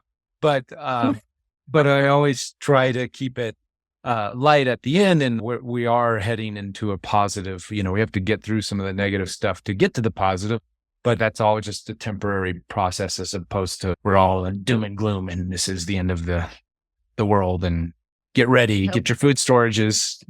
Here we go.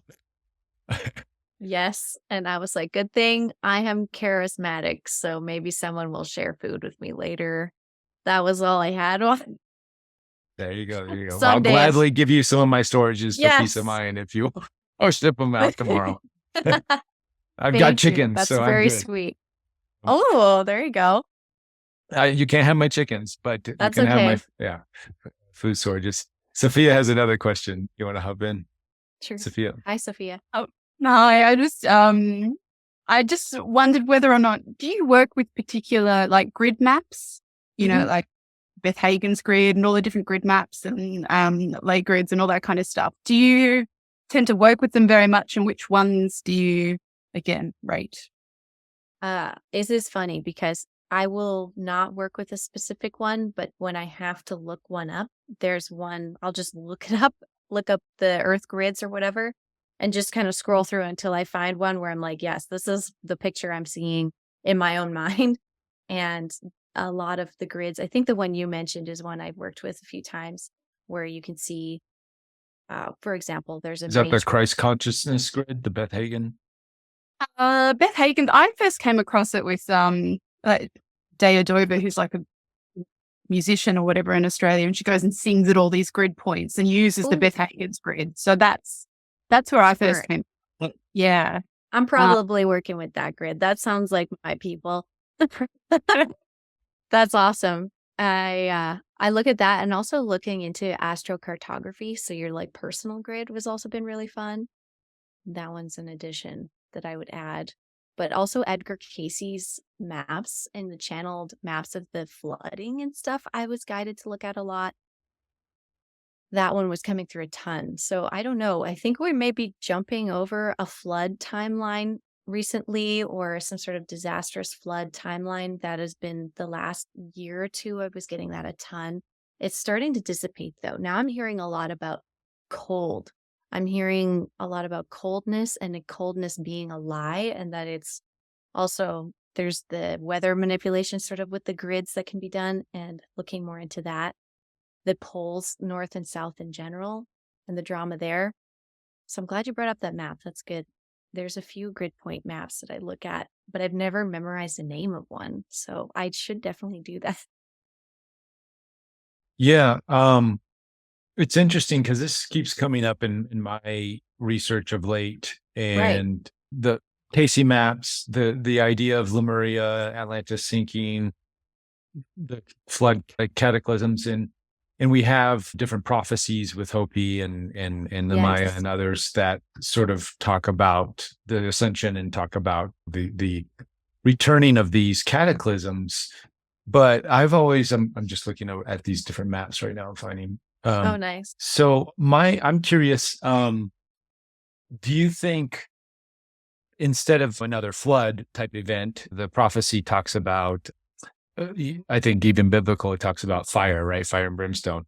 Initially, the ancient lands of Lemuria and Atlantis got taken out because of was it the ice caps melting? Or, didn't we have Right. big shifts quickly that created the this sloshing effect, right, with the water coming in at an extremely fast pace? What if that was reversed? So we actually see colder temperatures, which create the ice caps freezing more, and then land masses actually rising, or the appearance that they're rising where the water is receding. That's been sort of going through my head of late. Is maybe we actually, these the temples and the pyramids and our ancient history is revealed to us because, I mean, even in Antarctica, we can see Right. Google Maps of pyramids that because of the melting, right? But what if this happens the reverse, and we see bits of Lemuria and Atlantis get revealed? I feel you. And those maps, the Casey maps, there is like Mhm. this land mass is just like all of a sudden, rising out of the ocean again. You're just like, oh, Mhm. how does that even all work? And I've been asking similar questions. And I was also shown that the water table underneath, like the Mhm. top water table, the one underneath as well, like we've got cracks and like stuff sinking down, and water is like escaping into the honeycomb more, and water Mm. can, you know, that process and how all that water is also moving around as a part of it. And I'm like, oh, this Mm. is complicated. Yeah. The dams, how they dammed up all of America basically, so the fish can't travel and there's no abundance anymore. All of the dams have to come down. I was shown we're going to be working towards that, but the freezing and the receding of water is a fascinating concept too, because it's Mhm. certainly, I've seen evidence that that's definitely happened. Like I've seen the icebergs. I've flown over Greenland. I've seen the ice. Greenland could be totally exposed, and that is like Lemuria, or that is Atlantis, is Greenland or whatever, and Mhm. it's just an ice field right now. And where is that water going to transfer, and is it going to move? Right. And I think it is. And I genuinely feel like there's equipment at the poles right now, both the north and the south, that can move the grids around and does have this incredible, you know, builder race sort of quality technology that I was getting visions of last couple of years. And they were showing me the Santa Claus movie, you know that one? And then now this Santa Claus, like Tim Allen kids movie, and they have Oh, yeah. the North Pole scene with all this gadgets, and they can control it. They can hide their base. Like, they had all of this stuff in the movie, and I was like, I don't remember this. And now there's a TV series coming out where I assume they're just going to flesh out that technology and so on and talk more about it. So the poles and the icy realms are very important, I think, Right. for the disclosure. Huge, and they're making it more so, and even for the children and like the idiots in a way, myself included, who need that sort of had that sort of upbringing of like poppy cute disclosure, and now it's all piling up on me. And oh, they're hiding stuff at the poles, and there's technology for Sure. this. And I wonder even just the portals there and how these portals are being used, and that's changing, and the map is for sure going to Like change. star portals, you mean? Yeah, like Mhm. the portal effect of the poles and all that energy gathering in the torus there, and what Mhm. effect is that? And people don't even agree on what the planet's shape is. They don't agree on where that energy is or where it's going, the rotations, the math. Like, we're having a major issue.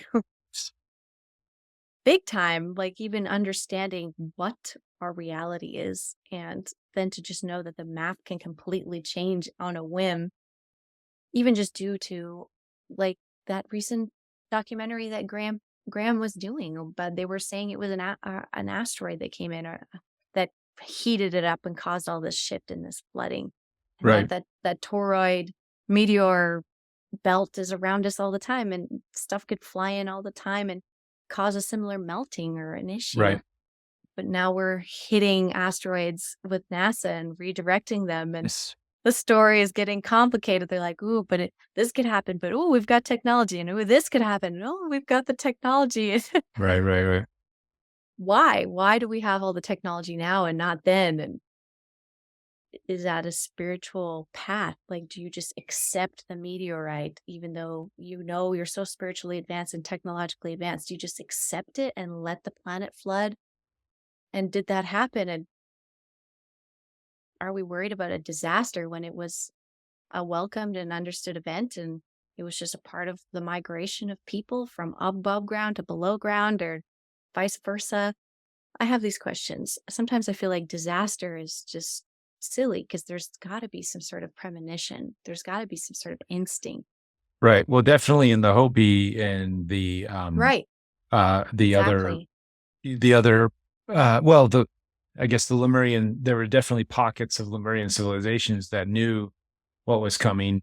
They prepared, they went underground. There was this story of Telos and the Telosians and how they Right. sort of escaped it, but it wasn't like it was overnight. It was like we know what's coming. We're planning for this. Enough people on the planet were getting the download, so to say, and we're talking at mass, right? Mass people, mass numbers of people going underground.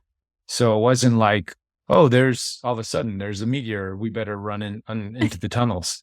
Yeah. We're talking, tens of thousands, hundreds of thousands of people going into the ground, or others seeking higher ground, and going into the caves in the higher ground. Interesting. And these are in the stories, in the Hopi stories, in the Mayan stories. So in other tribes that are connected to those tribes, they all connect. Yeah. But so since we don't have that sort of at mass right now, we know something's changing, something's shifting. There's a big shift, but I haven't gotten the guidance to go into the tunnels just yet. So I think Right? But think I'm we're watching okay. the ants. When the ants were really talking to me this year, I was Yeah. like, do you want me to follow you? Like, what is happening? Because Right, I've right. seen visions of a lot this summer of the floods, and I was just like, what is this? But it's metaphorical too. Like, Mhm. you see metaphorical floods. And it's like energy instead. And you're like, oh, it's not water, but we just got flooded with this new energy or an awareness or a problem on Earth. And ooh, then the metaphor makes sense. Right. It's maddening. So I let the ants crawl all over me, and I didn't even have to follow them into an underground cave today or this year. Very, very But nice. they were stubborn about it. I was always asking them, like, are we going? Are we staying? Like, what do you want? And they just wanted to be where I was and seemed like I was safe enough where I'd probably be watching them all leaving in hordes, like somewhere, like the Hopi, and just follow them. Like, ooh, I remember this. I remember my Hopi lifetime. I remember this. Yep. So final question, we're running out of time here. Okay. You mentioned ants, animals. We hear the birds in the background. We see the guest spots that the animals have on your show and stuff. Tell us about your connection to animals and how do you use that in your work? Yeah, of course. I for sure feel very much a sanctuary and wanting to make sanctuary for animals and people. That's what I feel my soul can do very well. And we've adopted, when in 2020 started, basically 2019 was when we got our first animal.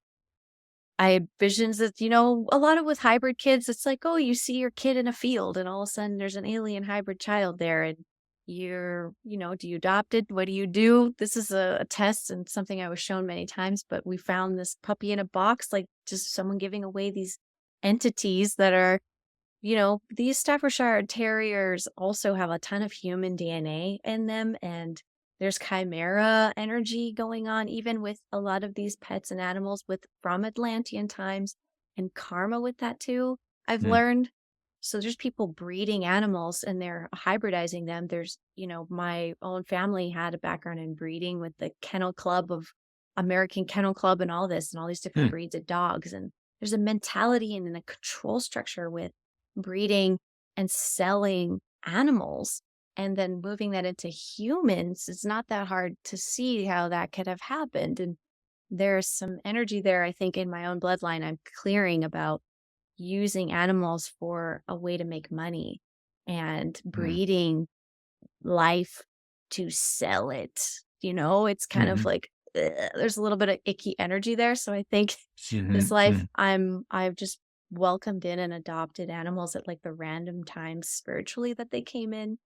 Dog, cat, birds, another dog, more birds. And this is what we've been doing. We kind of stopped there. And this little crowd of very conscious beings, we just live our life together. I don't have human children, but I've got them. And they've taught me a lot. And my connection with animals seem to have spread now. They love to be in my videos, and people send me funny animal videos to connect with me directly a lot of the time. Like, they don't want to connect with me with anything else that I do online. Yes. But I have friends and people who follow me endearingly who are only there for my animal posts and like the funny memes that I share. And on the occasion, and they'll send me, and sometimes an animal related video or meme or whatever will go viral.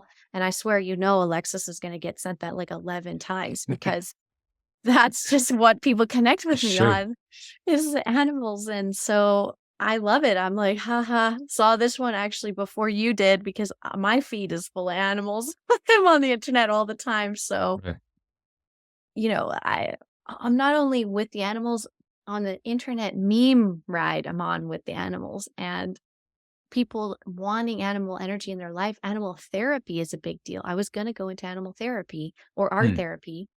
And now I have all these beasts that I've raised and they're getting to the maturity level that they love people and they want to engage and they want to talk to you. Like, they want to know you. They're very awake. And I can't wait to just have my tour bus and just take all of my children around and go to these grid points and go to our events and go to Big Bear and go visit my friends and whatever and take them out and have people engage, because a lot of people have never even had a bird land on them before or give them affection, never even fathomed the idea. You see a bird, you barely see a bird in nature. It's bird by, it's bird is gone. And that's kind of the fun thing. And people see huge eagles and they'll see bluebirds and hummingbirds and message me because they feel my resonance in their life when they see animals. And I'm lucky. Like, who gets that privilege? It's just such a convenient accidental amazing miracle that I'm somehow, people think about me when they see a bird. Like it's unfathomable sometimes, but other people have that with other totems, like a bear or so on.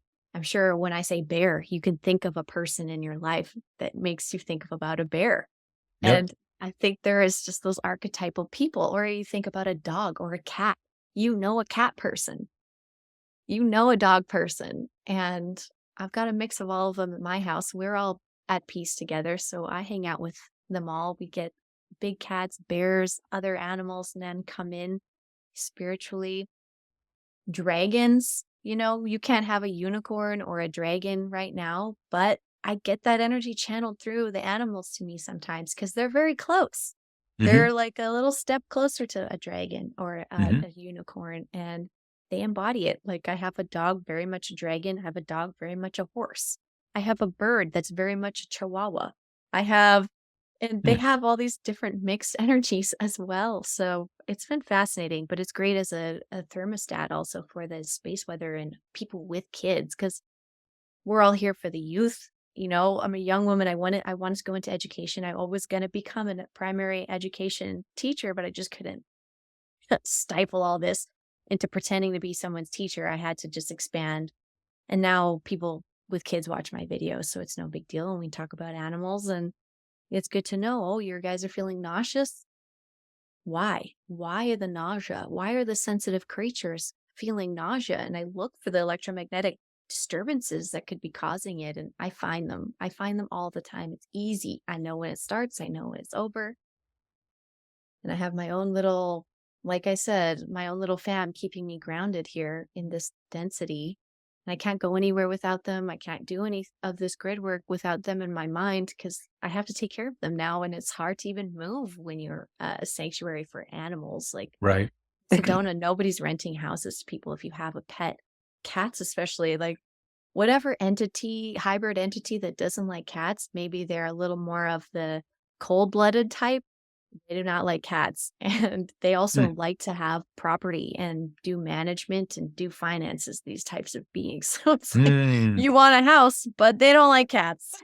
You're Right, like, right. but you own all the houses because you're really good at that. And the cat people are like, we do all this other stuff, like, but we need a place to live. And we're merging all these hybrid entities and Atlantean experiments and stuff. And it's all coming through the animals. Yep. And then people are telling you we're not going to have pets anymore. Like we're moving to that point where we see them too much as equals, and we want to advocate for their freedom, put them back in their tribes and in their colonies and leave them alone to advance. And I don't know. I think domesticated animals are that they're a bond whole is gonna different be, race. yeah, that's a whole Yeah. nother race. I don't think we're gonna be able to break that bond. No, they're Um, inheriting the earth. I think those guys, Exactly. like, I'm just doing everything for them. It feels like, Totally. My cats totally rule me, and they tell there you me when go. they're hungry. You're the and cat man. I'm, they're Rah. definitely. Well, I just Exactly. obey. They tell me when they need to go out and when they need food, and I'm like, yes, right, yes, yes, Yeah, master, right away, yes. right away. And they won't let up. And Nope. we get in trouble for getting mad at them. It's Yeah, we live to that's it. serve them. You're right. Absolutely. I've Absolutely. graduated, like you, to being the Mhm. servant to others here on this earth. Yep. And I'm just a guardian angel now. That's what we're all doing, or servicing our animals. Big time. So, well, I guess, time wise, we're kind of out of time here, but definitely I'll post I love your link tree. It's just a huge wealth of Stop. information. I didn't know link trees had this many, you could do this. It's a big tree, okay? It's a big tree. I'm a big tree.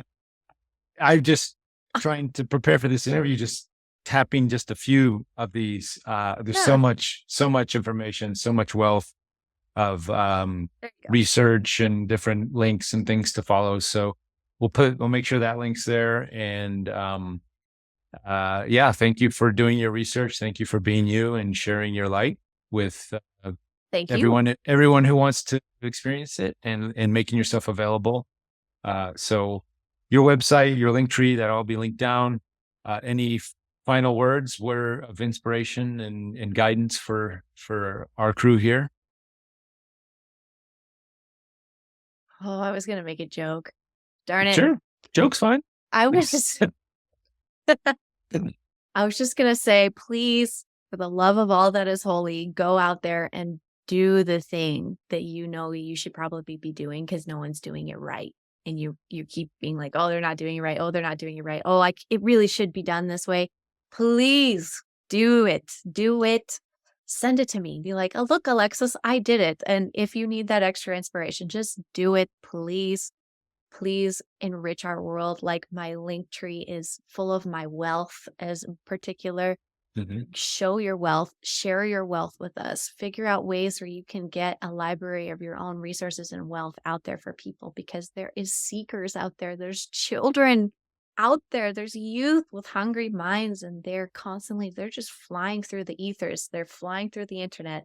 Just do it and someone will resonate and you could change lives. You could just influence one person with your knowledge and they could go off and be the most famous person and use exactly that info you gave them, but they had the momentum and the right positioning and whatever. So just keep going. Don't let all those weird negative voices get you down. There's ways to lift your vibration. After I do broadcast, sometimes I get slammed like right after because my vibration will go down and I'll hate myself for like a minute. And then I'm like, why? Like, this is horrible. Like, why would I ever feel this way? Like the guilt and the shame of why would you put yourself out there? Why would you bother doing any of this work? You're weird or whatever. And it's just like, no, can't let that happen. You're just a tree, just grow and feed your vibration with song bowls and solfeggio frequencies and mantras and, benevolent gods and goddesses as examples, and lift your vibe and be your reflection, and helped me so much. And go to conferences in the physical, please, and physically be in the aura of angelic people like you, because sometimes you've been in the war too long and you just need to be with another angel to remember, oh, I'm an angel and wow, this feels amazing and I got to do this again and I got to share this info with my friend, and you're in a whole new timeline. You've just popped timelines into a whole new vibration. You've changed your radio. So that's my huge, like, whenever I go on to shows, being like, I love shows and I love this, and let's keep meeting up in person and being together. Well, So thanks for sharing. Your weird is welcome here anytime. Thank you. We definitely like to cultivate any weird, I guess. Our type of weird. We're all in the same weird category. Animal loving, ascension watching, experiencing folks. So bye-bye. Thanks for tuning in. Hope you like this interview. We actually do this every week on my membership portal page. And you can access it through interviewwithed.org or click on the link somewhere in here. I'll put a link and come over and join us. You too can ask questions. Every week we have new special guests and you get to ask questions directly to the channelers and to the beings that they channel. So see you in the portal.